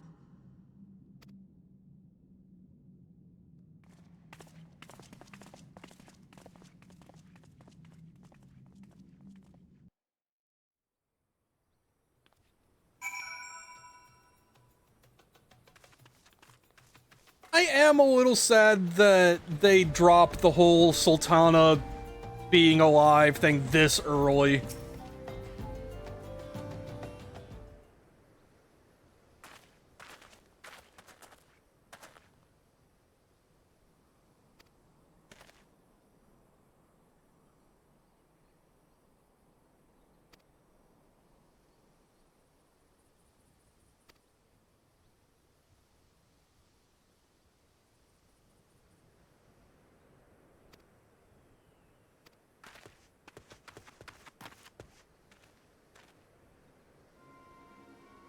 More like when they wrote for the end of A Realm Reborn, they didn't have a strong idea on where they were going. And once they got into writing Heavensward, they came up with other ideas they wanted to explore, and that quickly overshadowed anything they had planned, and just decided, fuck it.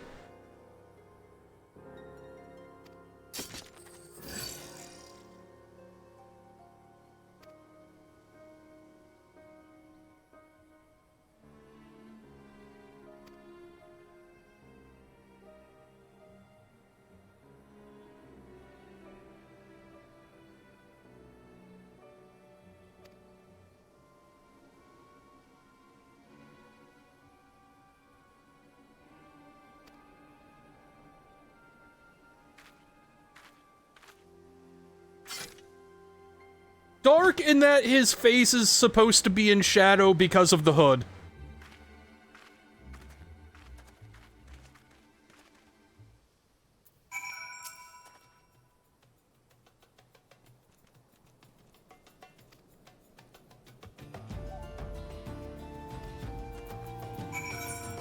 Pray return to the waking sands.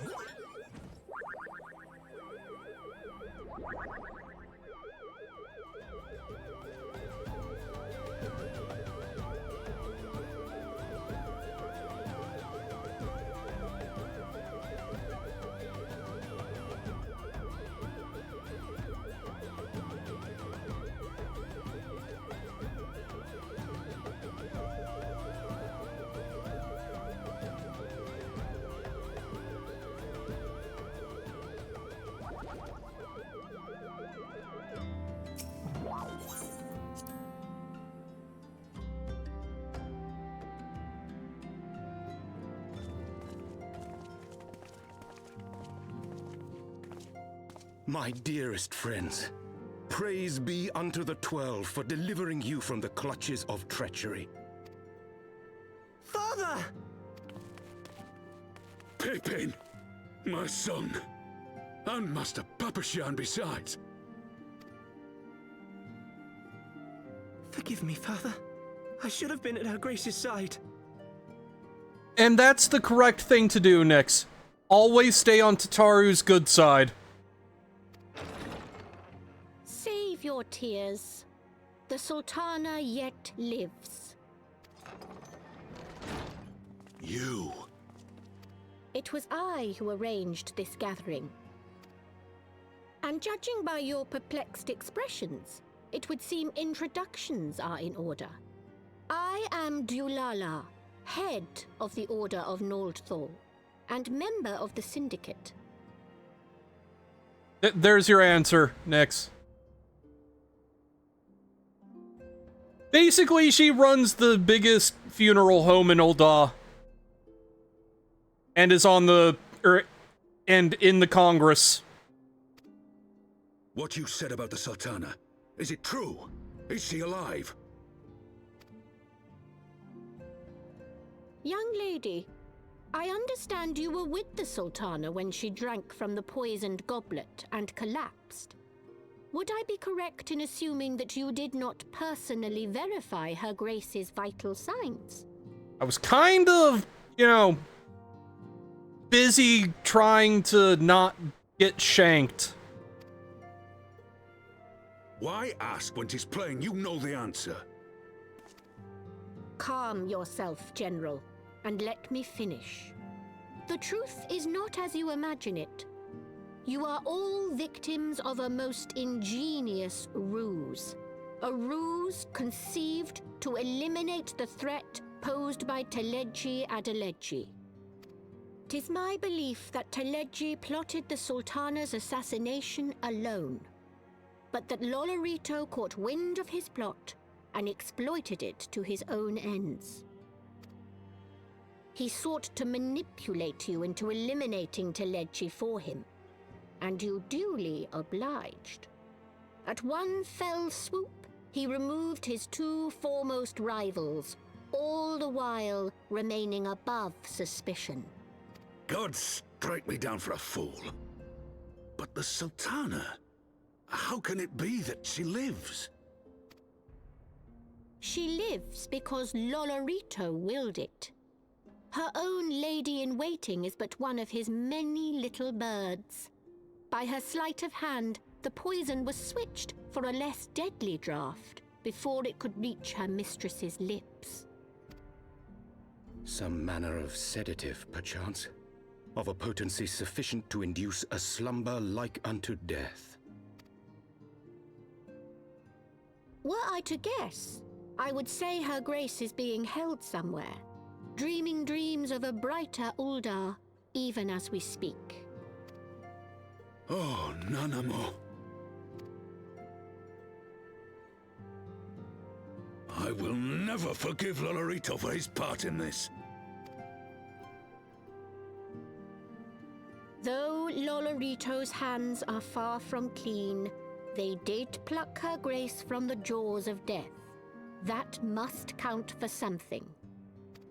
And though one may call the man's methods into question, it cannot be denied that he knows the value of stability, to the very gill, like as not. He craves power, 'tis true, but he has no desire to depose the Sultana. I had never taken sides in your feud with the monetarists, but it was not for want of concern for our nation's welfare.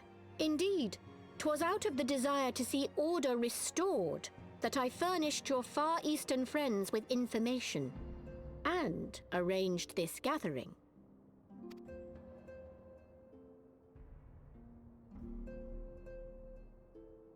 I hope you are ready to work, General, for there is much work to be done.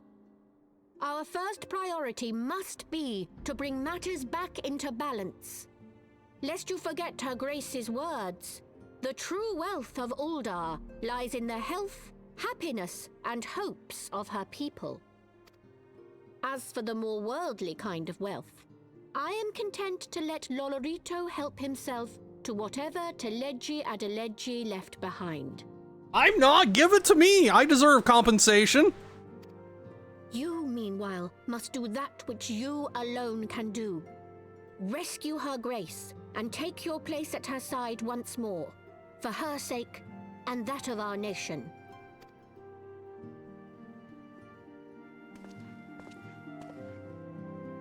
I mean, Raubon is also filthy rich, so he's not hurting for money there.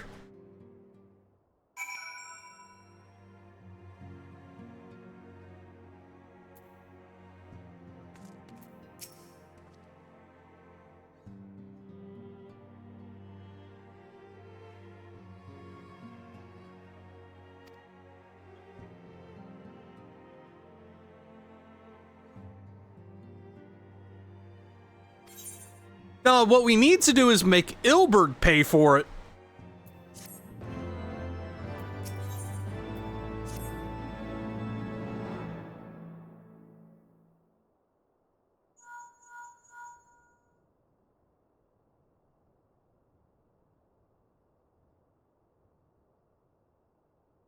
Well, I guess we'd just have to take it out of his hide then.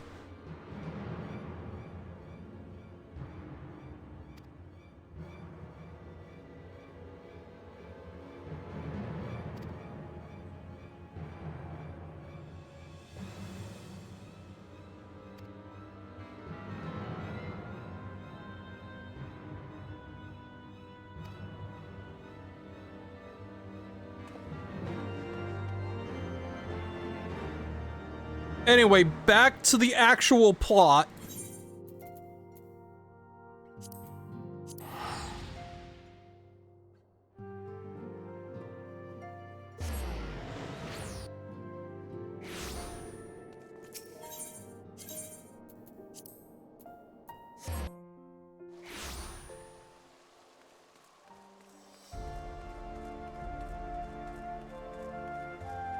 Like, that whole little aside really did feel like the game was like, we have no better place to put this, so we're just gonna kind of shove it in here, and we're just gonna set it and forget it. We'll be back to it.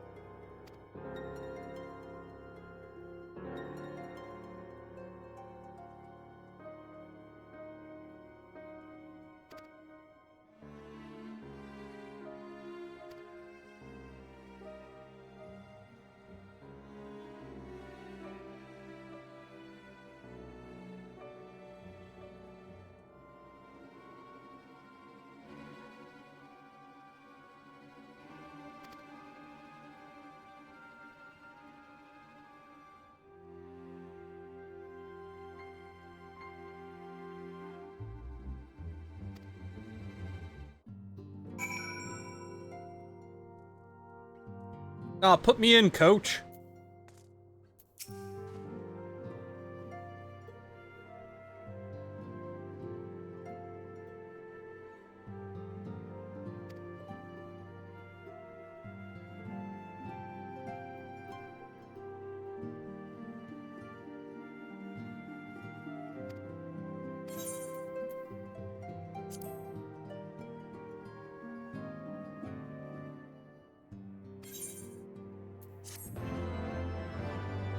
Remember as the expansion of Ishgard and Dragons when actually that should have happened in the patches. Yes.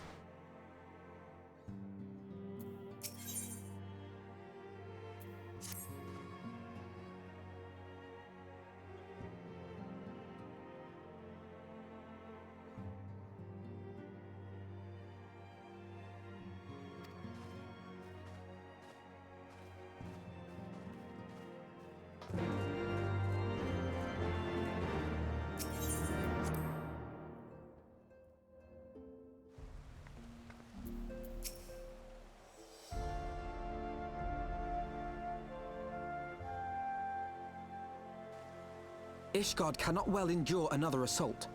Even should her knights succeed in turning back the Horde, the casualties will be catastrophic. But what other choice do we have? It's not like we can talk it over with them. Dragons and men aren't exactly on speaking terms. With certain notable exceptions.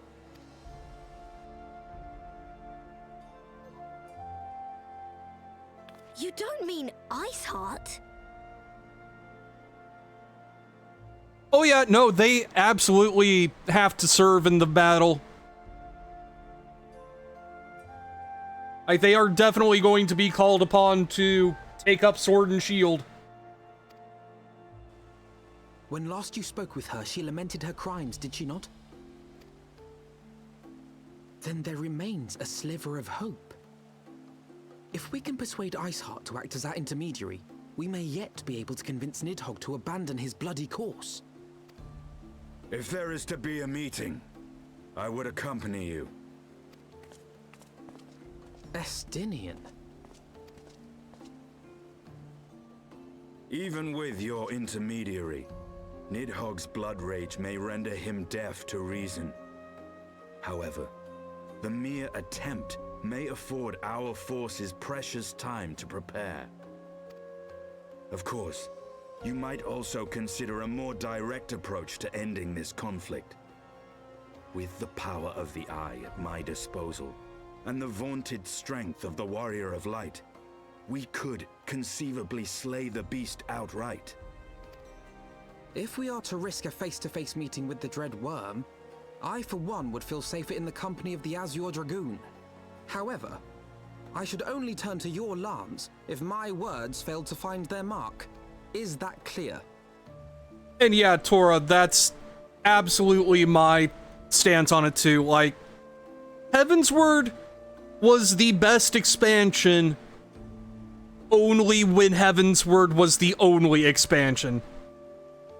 I absolutely understand people having a fondness for it because Heavensward really is where the game finds its footing in terms of storytelling.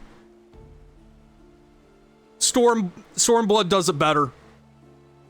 And then Shadowbringers does it better. And then, in my opinion at least, Endwalker does it better. Like, up through Endwalker, I can't speak to Dawn Trail, but up through Endwalker, it is just a constant building up of quality, in my opinion. Perfectly. I shall assume that Iceheart enjoys similar diplomatic protection until instructed otherwise. A word of advice. Think carefully before divulging the particulars of this plan to Sir Emeric.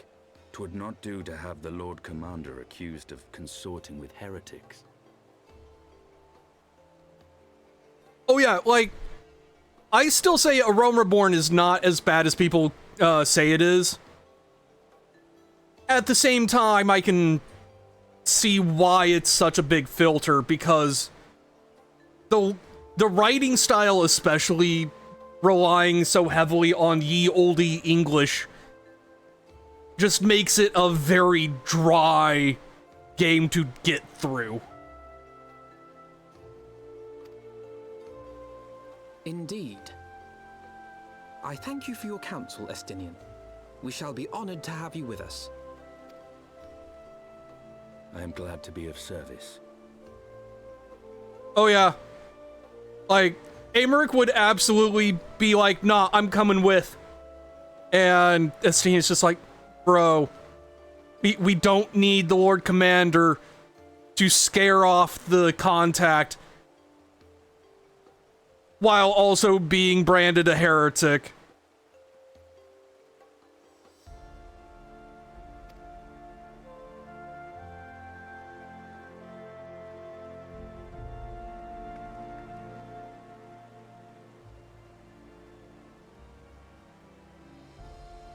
I'd say this is much better than Game of Thrones. Man clearly took nothing from his father. I mean, yes.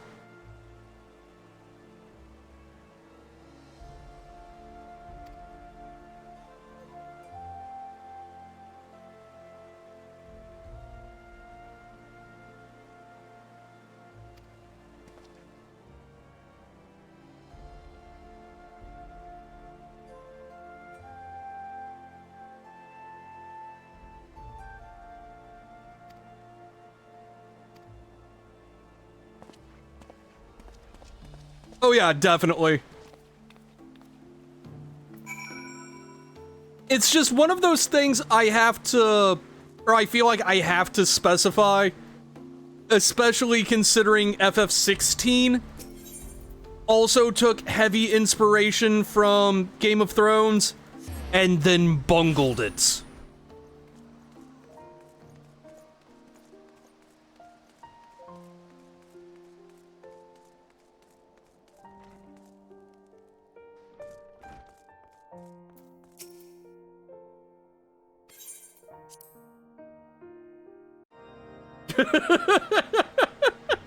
I want the defenses of the Outer Ward rechecked. See to it that the ballistas are in good repair and supplied with enough ammunition for a prolonged siege.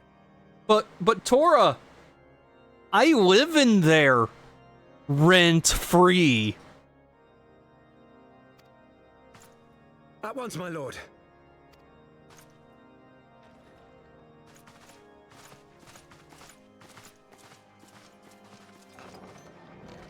Ah, 'twould seem I have visitors, and unlike those messing beyond our walls, these ones are welcome. Oh yeah, no, I get you, Nix. But like, it's also one of those things where Game of Thrones has had its own major reevaluation, especially compared to A Song of Ice and Fire. Because Game of Thrones is not well loved anymore. So like, a lot of people do use Game of Thrones as an insult now. But like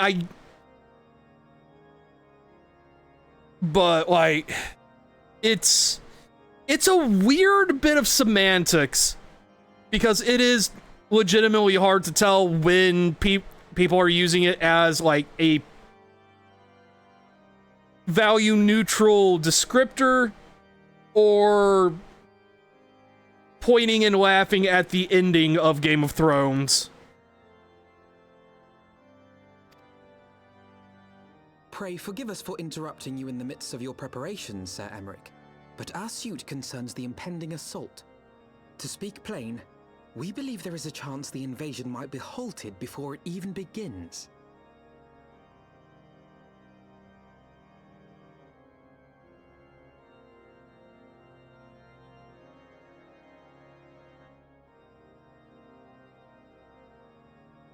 Yeah, I absolutely sympathize with you there, Tora.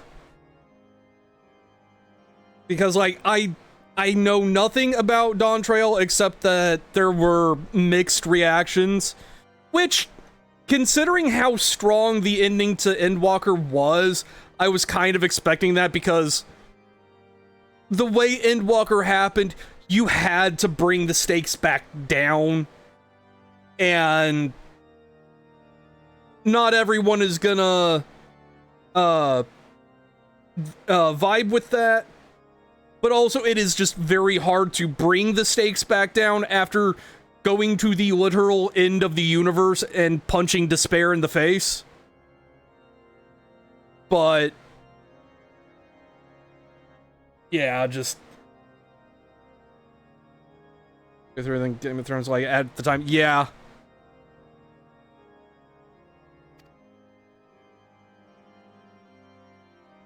I can divulge little more at this time, but I must nevertheless request that you advise the Holy See to refrain from launching any preemptive sorties whilst we seek to put our plans in motion.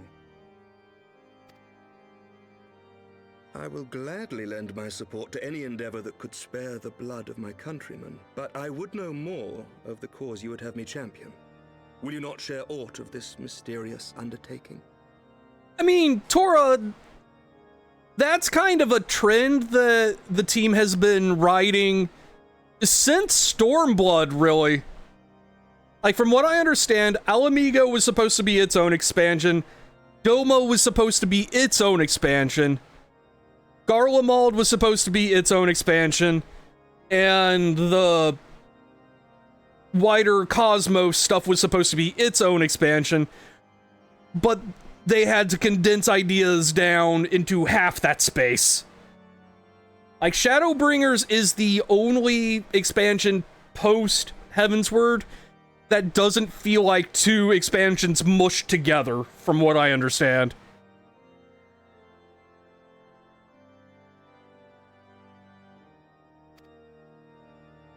Know that I have offered my lance to aid in this endeavor.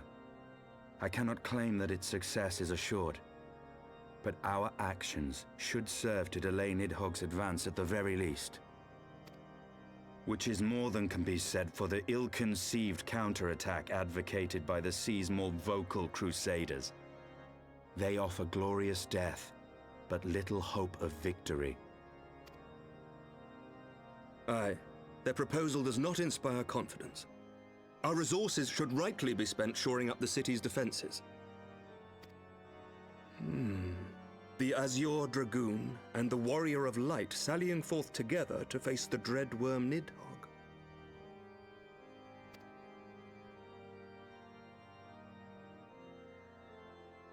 I must admit the mere thought of it does much to dispel my misgivings. Go then, carry out your plan. I shall do what I can for you within the Holy See.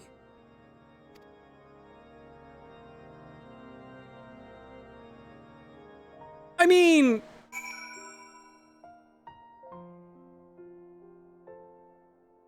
there's lowering the stakes, and then there's maintaining some... Oh, there were no stakes. Okay, that I can definitely see being an issue, yeah. But, like,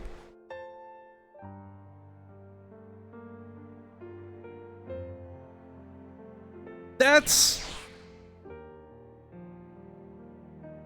Like, that is definitely an issue, don't get me wrong, but at the same time, it does run up against stuff like JoJo's or DBZ or any long-running anime where it's built on escalation. How do you get past Majin Buu? Like, how do you escalate from a being that can literally wipe out the universe? You can't. Like, Beerus was a neat response, but that's still not satisfying to a lot of people, so, like, any kind of lowering from that is like putting Goku in a daycare and expecting Goku to treat the daycare kids as a credible threat. You can't do that. Like, mechanically, there will always be monsters that you struggle with because that's just how an MMO works. But once you have gone to the literal edge of the universe and punched the embodiment of cosmic entropy in the face, there's not going to be a whole lot to do with, you know, as far as stakes. Which is honestly kind of why I love the framing of the Endwalker patches. Because, like, the patches just kind of de-escalate to the point of doing stuff for the fun of it. And then the stakes come in from external factors. It's never that the Warrior of Light is ever, you know, portrayed as being in danger. It's everyone else that's in danger, and you having to spread yourself thin trying to fix everything, sort of deal. Which is a good source of conflict. Like, that is the Superman problem, effectively. You cannot be in every place at once, and the struggle comes from protecting others.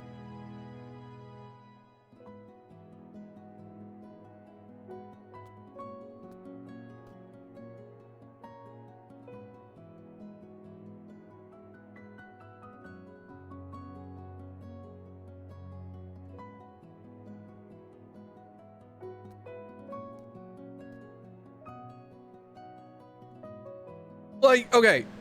So I should preface, Tora, that's not a spoiler to me.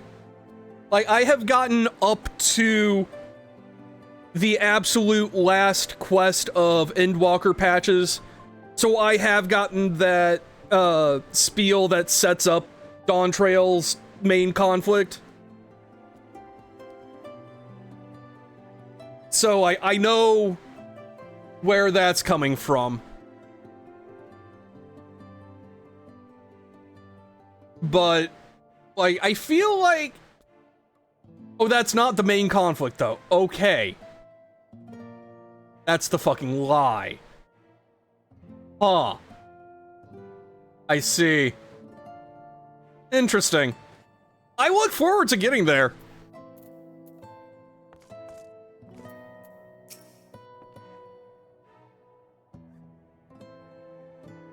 Which is not to say we can afford to dither. Cut to me just stopping everything and just having a random fucking conversation with chat.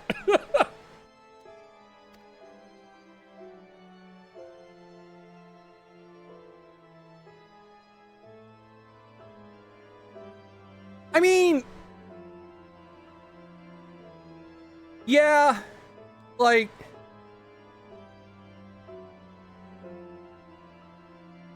There again, that is just kind of, how do you follow up on Xenos? How do you follow up on Emmett Selk?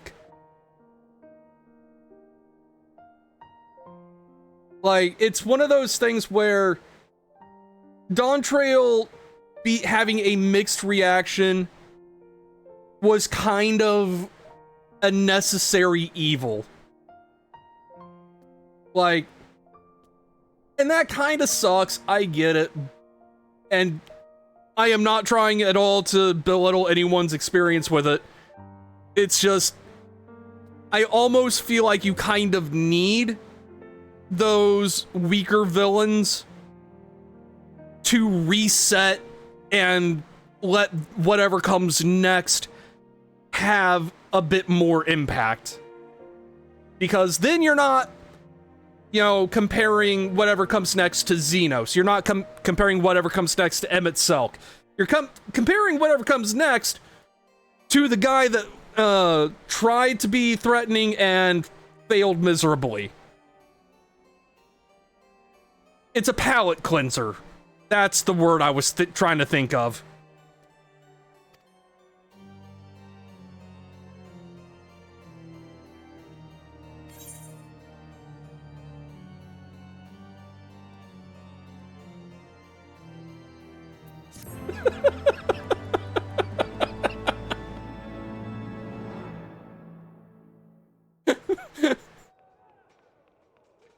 I can absolutely see you just being like a tiny little gremlin just doing the fucking Spider-Man climb up my back.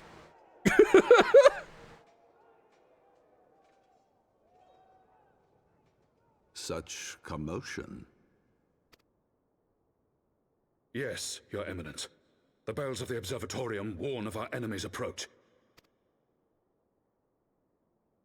So, the dragons are coming. Let them come, in their hundreds and their thousands. With the divine blade in our hands, we shall rend their flesh and drown the heretics in their master's blood. Even Nidhogg and his foul brood shall be powerless to resist us. And when we have rid the world of their pestilence, we shall turn our attention to our Ascian allies. See that they are suitably rewarded for their invaluable assistance. If I may, Your Eminence, the Paragons wield powers strange and unknowable. Can we be certain that they will not see through our deception? We can be certain of naught save the righteousness of our cause.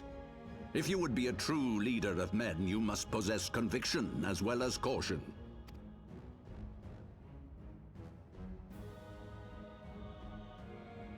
We seek to excise the root of an evil, that has blighted us for 1,000 years. The risk is worth the reward.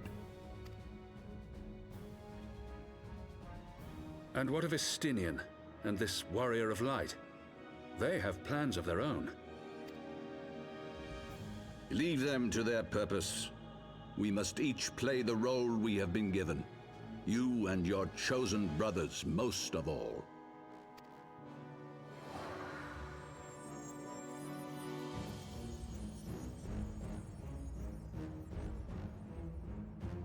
For the glory of King Thordan.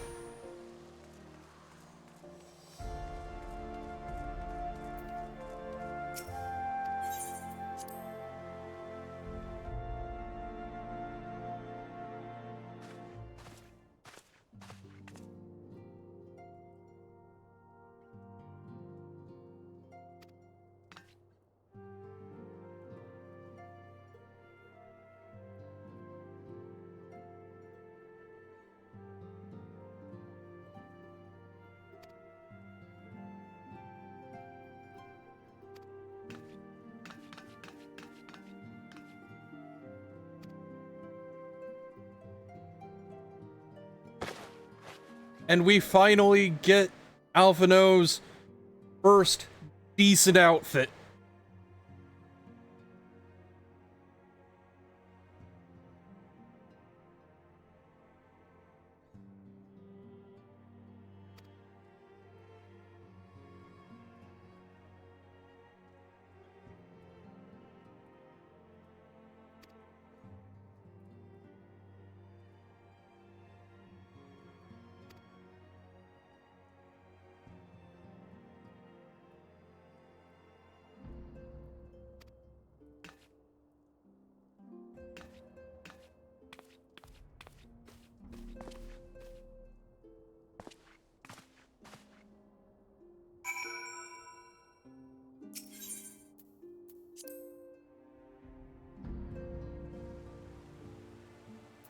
Okay.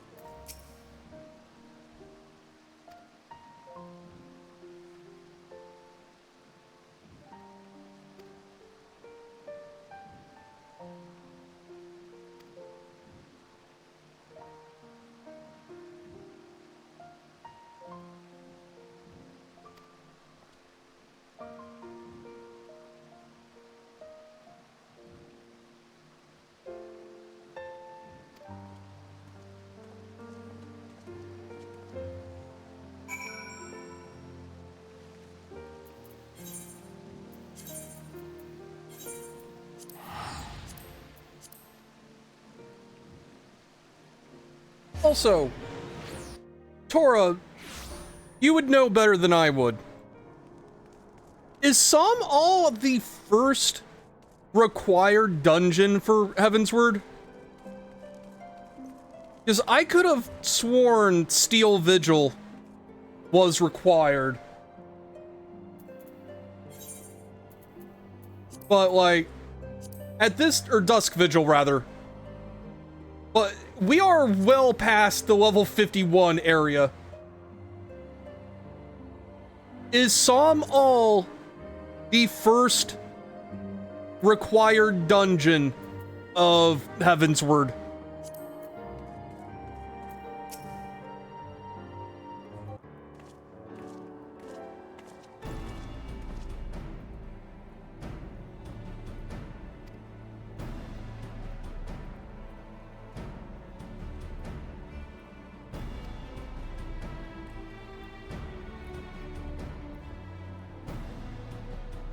It is, okay. I could have sworn Dusk Vigil was required.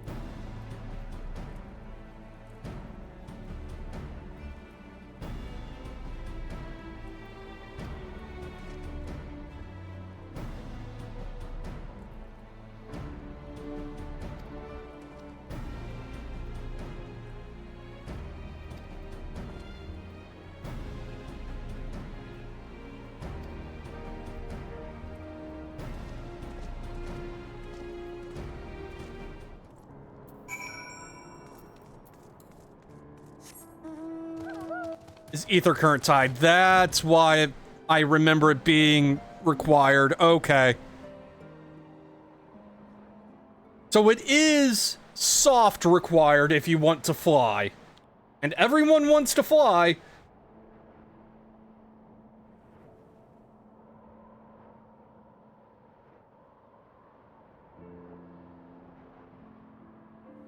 But it's technically side content. Okay. Good to know.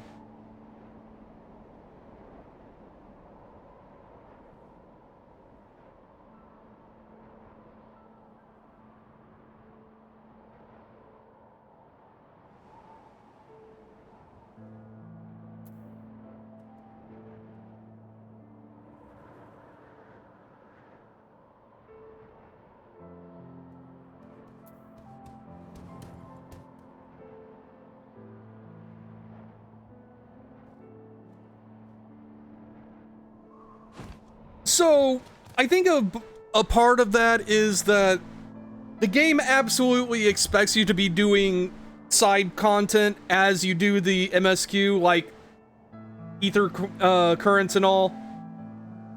And doing New Game Plus, you don't get that.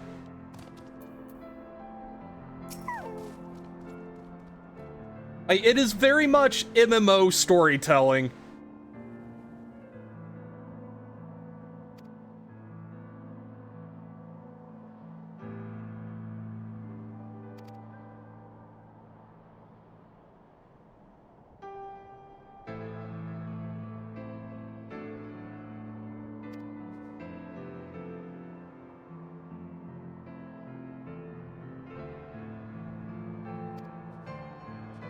Okay, but were you engaging with every one of the side quests or just the blue quests?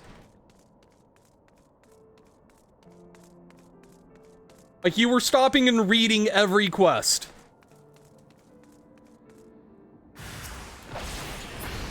Okay.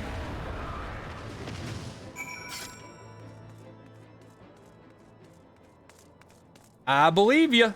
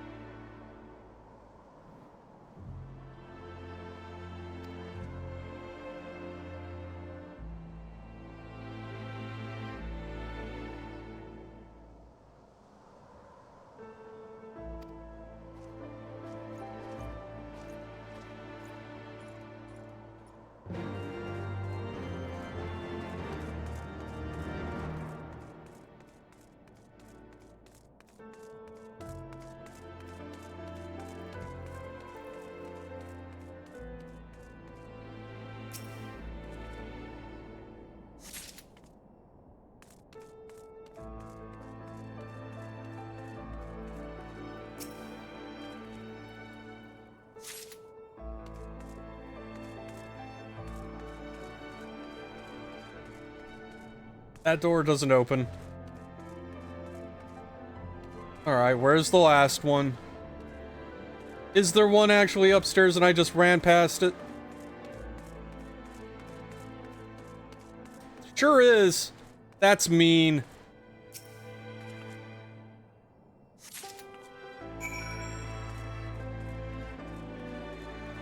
No, he's too blind to see them, Nyx. He can't see shit with that helmet.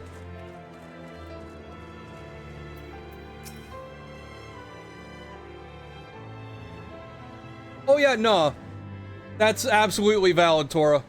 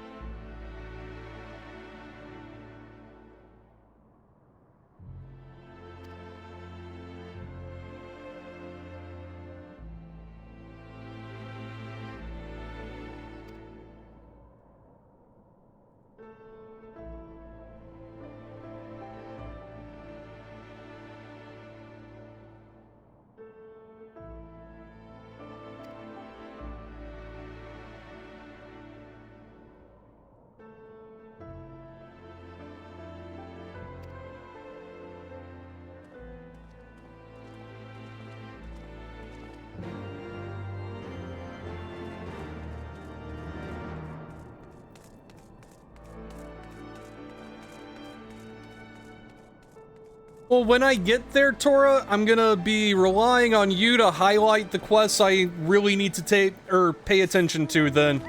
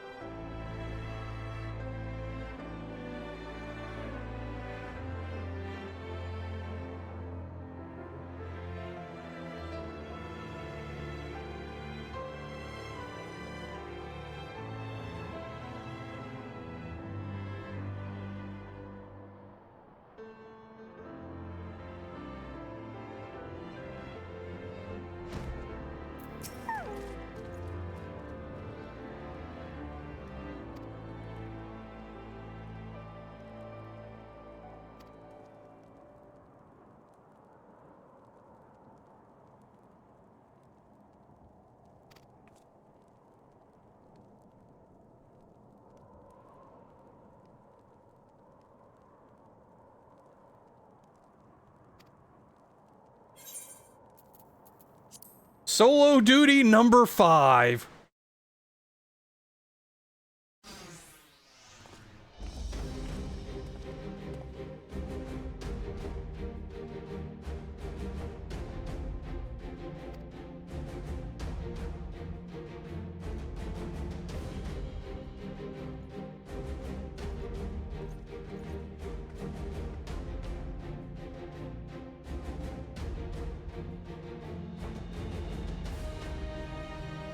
Reactivate mode number 5. You're welcome, Nyx.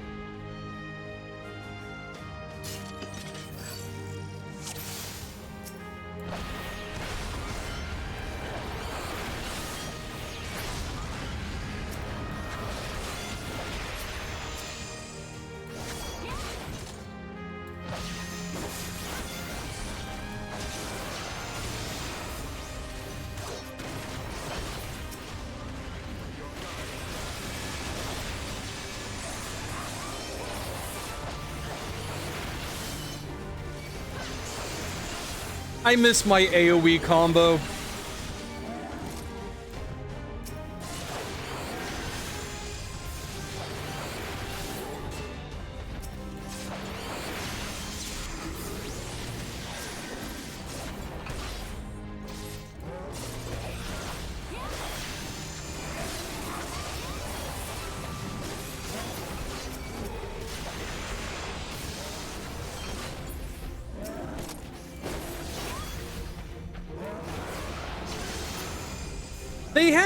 They get an AoE real, their first AoE is real early. Like this move, that's your AoE. You just have to stick with this until Stormblood, effectively.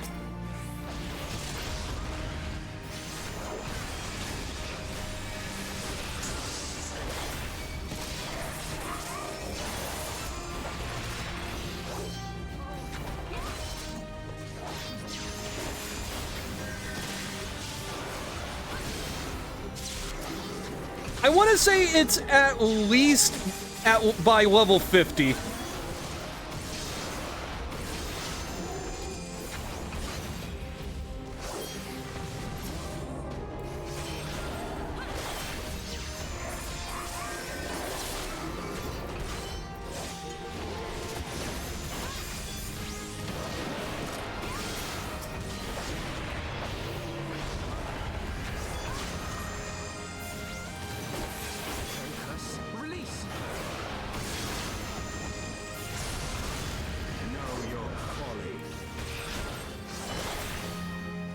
It might be a quest skill, yeah.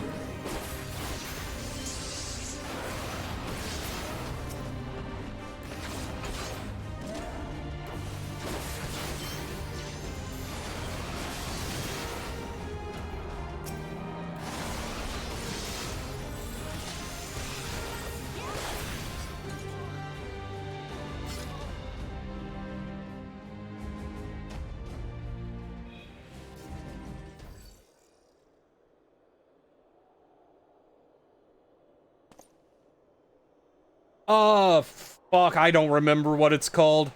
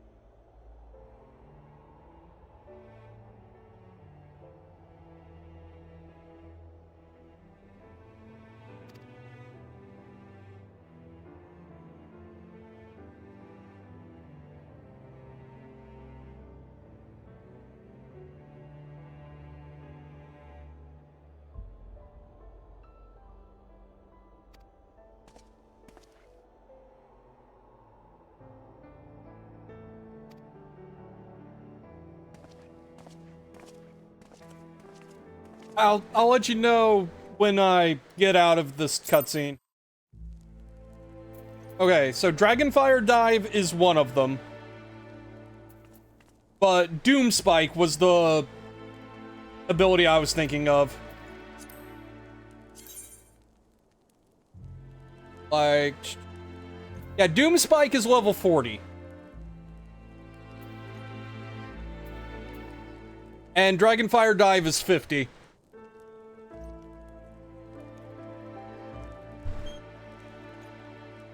And then, let's see, Sonic Thrust is 62. So yeah, you go from 40 and Job Quest. So 40 to 62.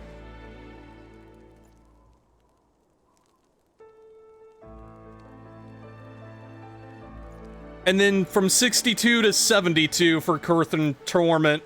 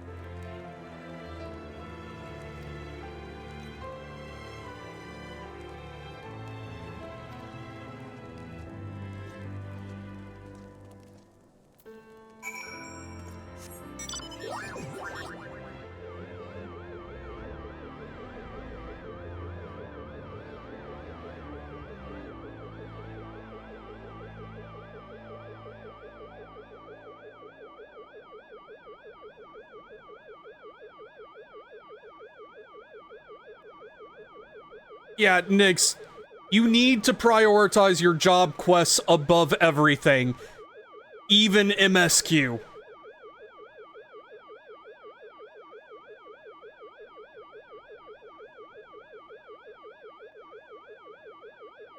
Like, as soon as a job quest pops up, you drop everything.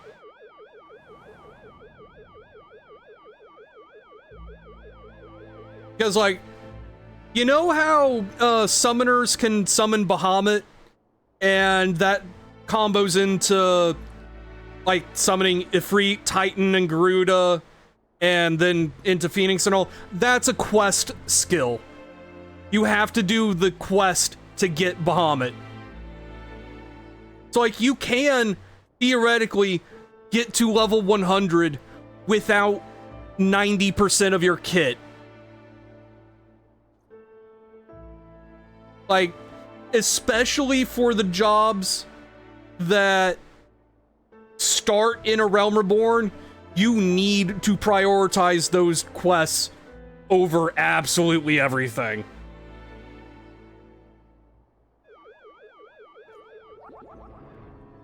The later expansions are better about, you know, putting your core kit into level progression, but it still has, like, stuff locked behind quests. Yes, good. And look at it this way. You get to meet Estinian early that way.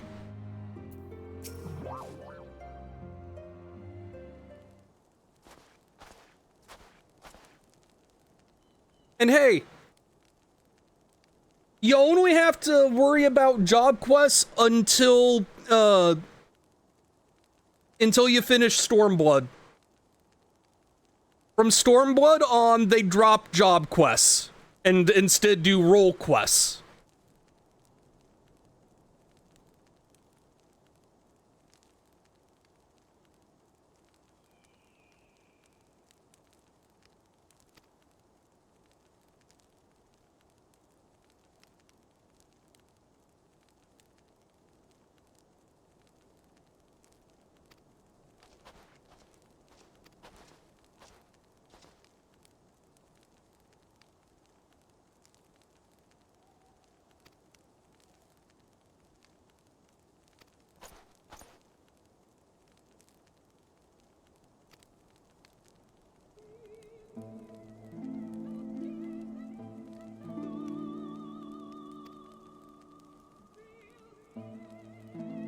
I wasn't making fun of how overleveled you were for it.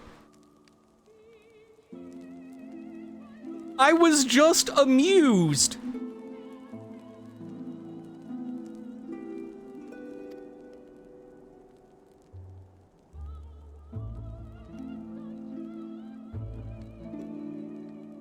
But yeah, job quests are top priority, MSQ second. Oh, you're good. You're good. Yeah, no, you absolutely should be overleveled for story quest, especially in Realm Reborn. Because, like, they have, tweaked the experience gain in Realm Reborn to vastly speed that shit up. Like, you can do nothing but MSQ, and you will still be overleveled for MSQ.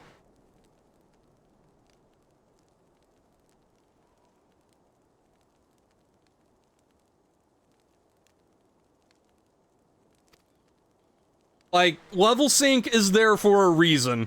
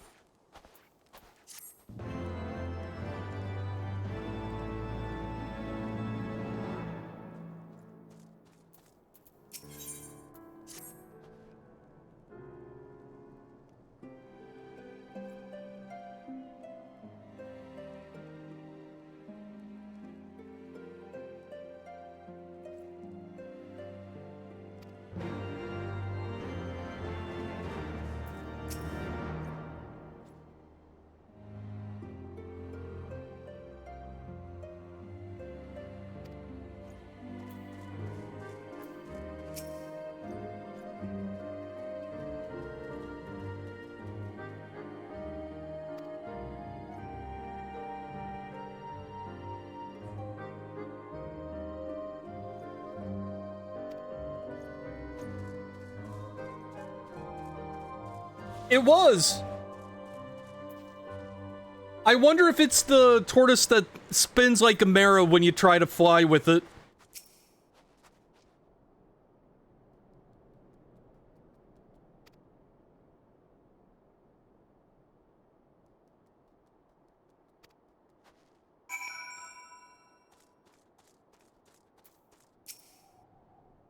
All the tortoises do the spin, good.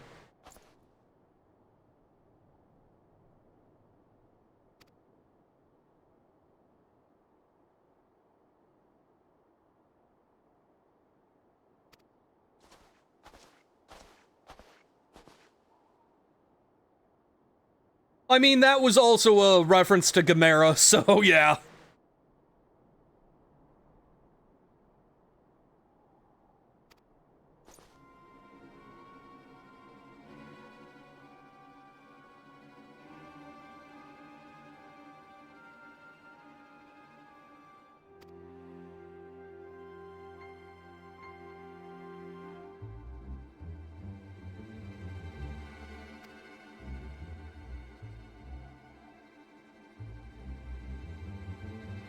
No, you didn't.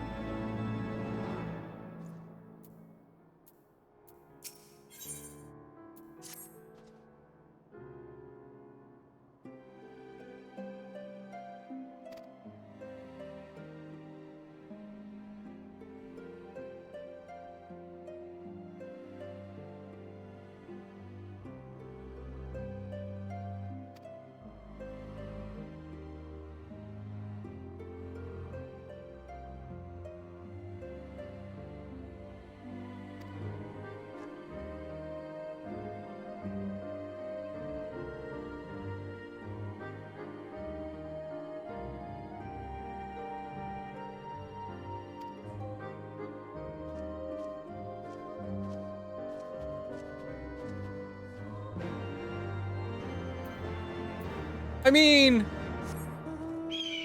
he wouldn't not do that.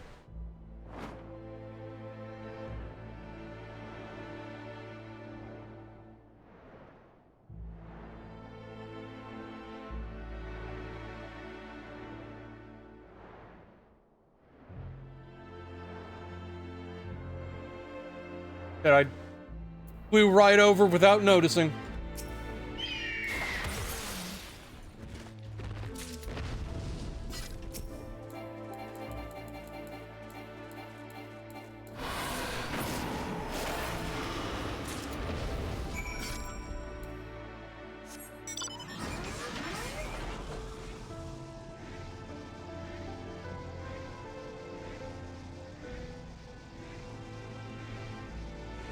Nope, those were yaks.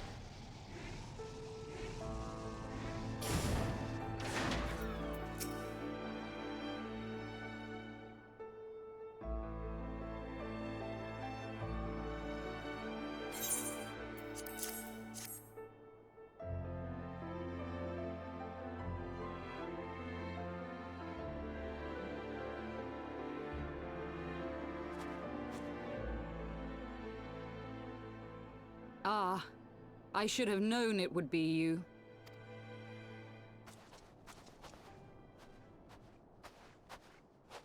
Random Word Dutch reached angle. me of a struggle with a small but well-armed band of trespassers.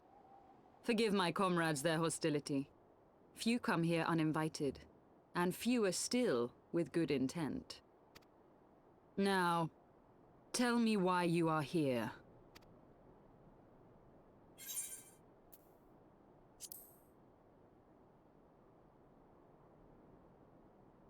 So, you seek to stem the Dravanian tide with talk? A romantic notion. If you but knew the truth, the spark which lit the flames of this animosity, you would understand the futility of your quest. Shall I relate it to you? The sordid history my gift has shown me. That which the Holy See has taken such pains to suppress.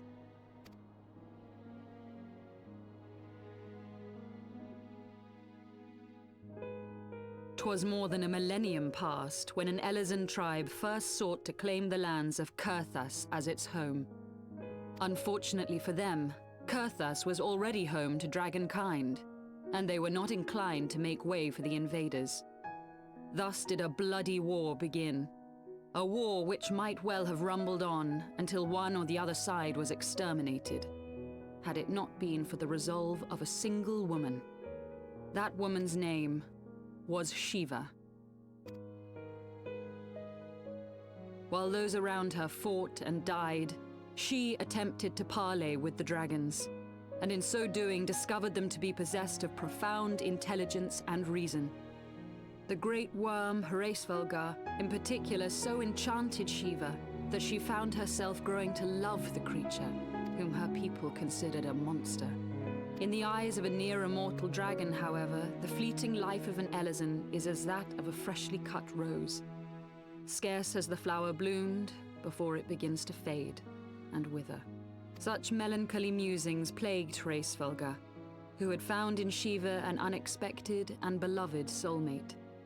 He knew that all too soon, death would snatch her away from him. Unable to bear the thought of their separation, the maid bid the worm consume her, that their spirits might be entwined for eternity.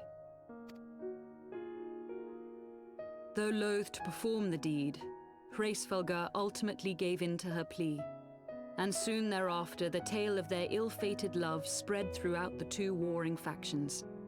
No more could they raise blade or claw against one another, knowing that the souls of their kin were so inextricably bound.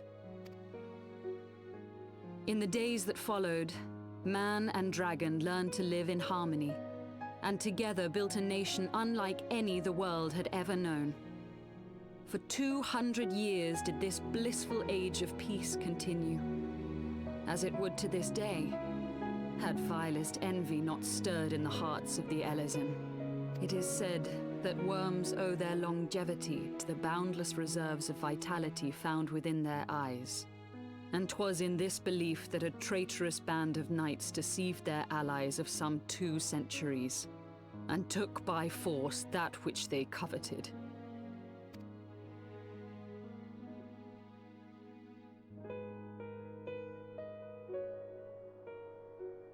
Nidhogg, he who now stands poised to unleash his wormlings upon Ishgard, was the great dragon who lost an eye to Elezen treachery. And until he prizes it from the hands of the traitor's progeny, no amount of conciliatory words will stay his fury. You are wrong, Lady Iceheart. Lest you misunderstand, I do not doubt your vision of the past. 'Tis true that Nidhogg greatly desired to reclaim the Eye. Indeed, it was for that very reason that I kept it with me as I roamed the land, attempting to draw him away from the city.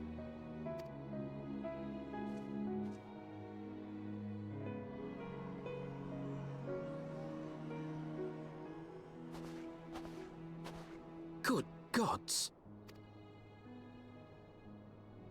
Until recently, Nidhogg seemed unable to resist its allure and pursued me relentlessly. Needless to say, that is no longer the case. Now, it would seem, he has fixed his attention on Ishgard itself, though he knows full well the Eye does not reside there.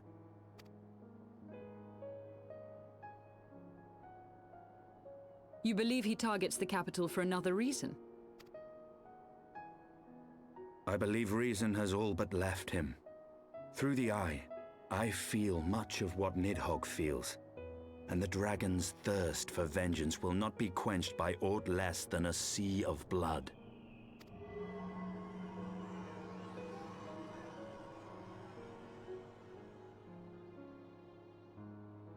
If Nidhogg is indeed lost to reason, might we not seek an audience with Hraesvelgr instead?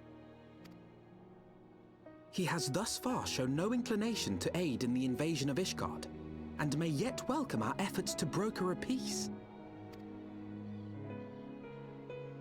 You still believe that a peaceable solution can be found? Very well. I will take you to him. Also, Nyx, it is important to know that what Ysayle saw was not something told to her. That was something she lived out through the Echo.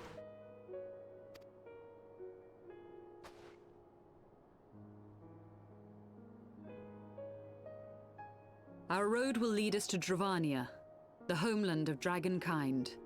There we shall ascend unto the clouds, where Hraesvelgr resides.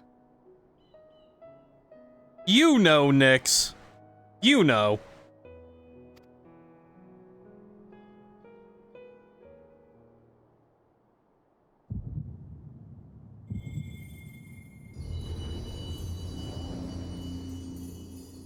Hang on, getting a little heartburn.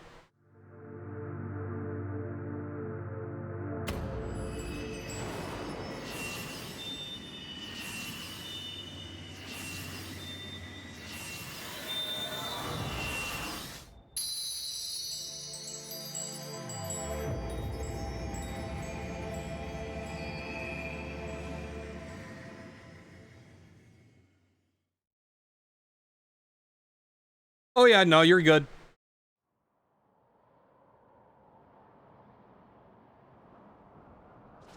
Is autumn miss, my friend? I sense the many battles are beginning to take their toll. Rest a while, and should you lose sight of us, Dravania lies beyond the mountains to the west.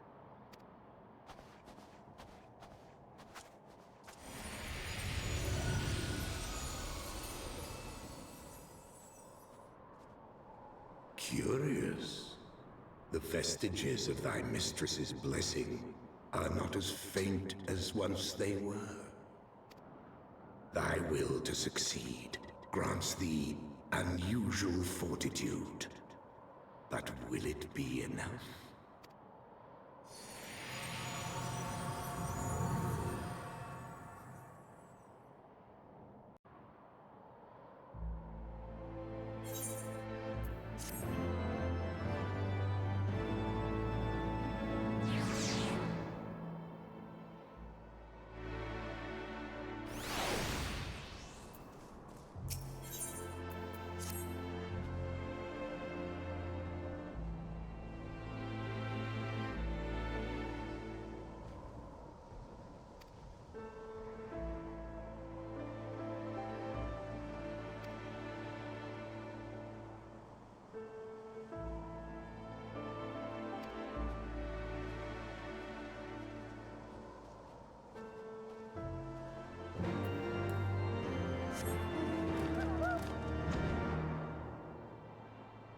What am I doing? I can teleport.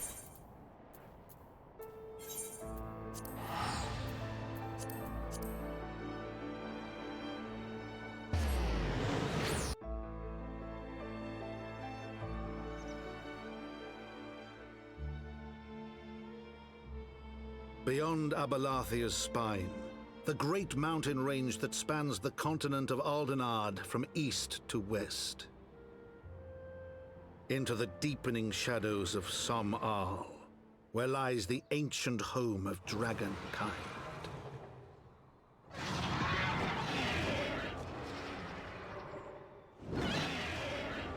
To a land where the soil slithers and the skies seethe with sinuous shapes, they came.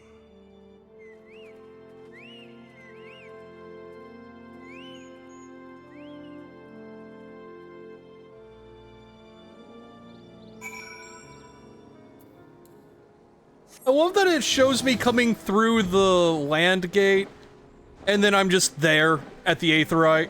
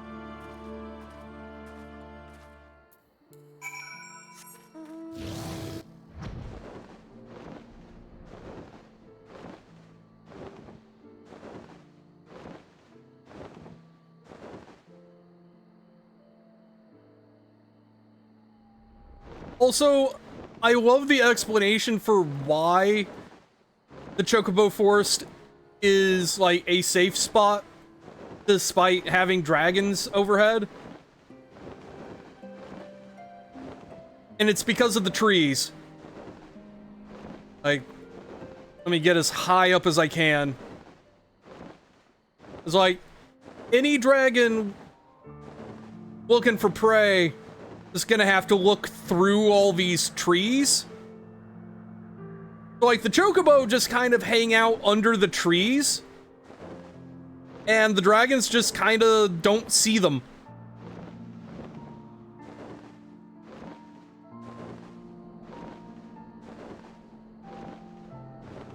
No, Red Chalktober is over in Evilise, which is on the other side of the planet.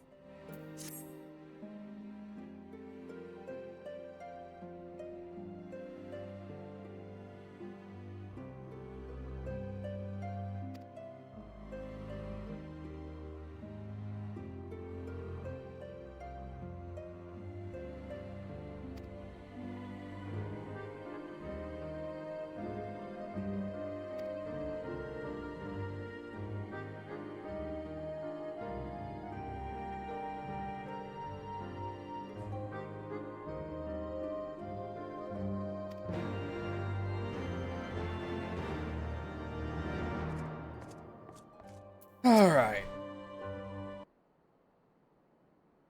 Wait, is Ravana before Samal? Because it feels like we're gearing up for Ravana next.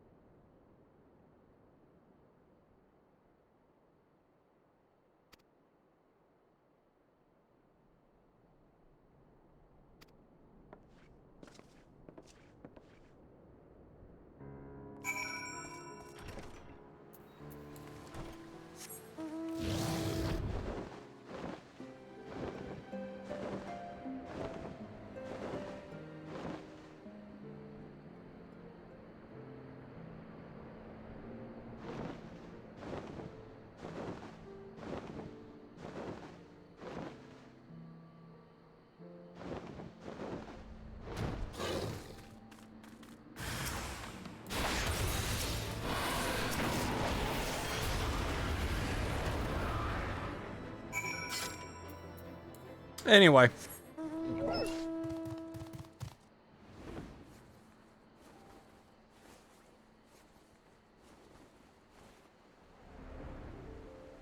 I mean, kinda, yeah.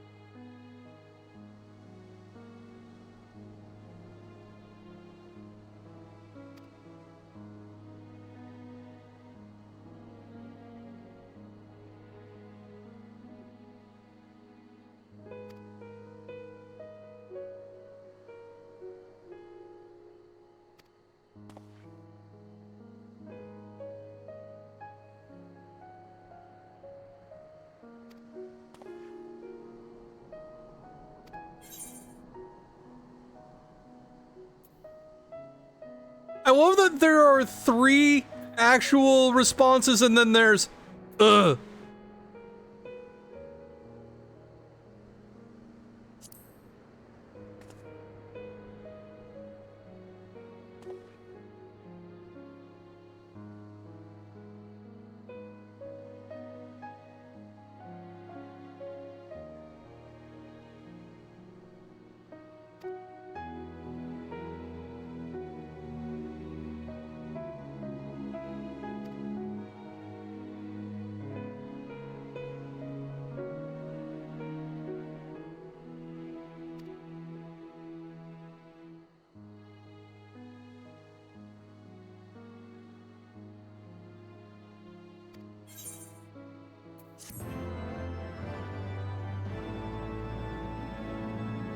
Okay.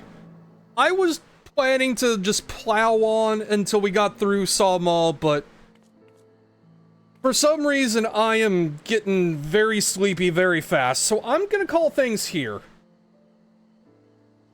So, anyway, I'll be back tomorrow with more of this. In the meantime, is there somebody we can raid? That's not what I meant to click. Let's see. I see, Meds is doing some Smash Brothers, it looks like. Send y'all over their way. Anyway. Again, I'll be back tomorrow, so in the meantime, y'all have an excellent evening, take care, and I will catch you all next time.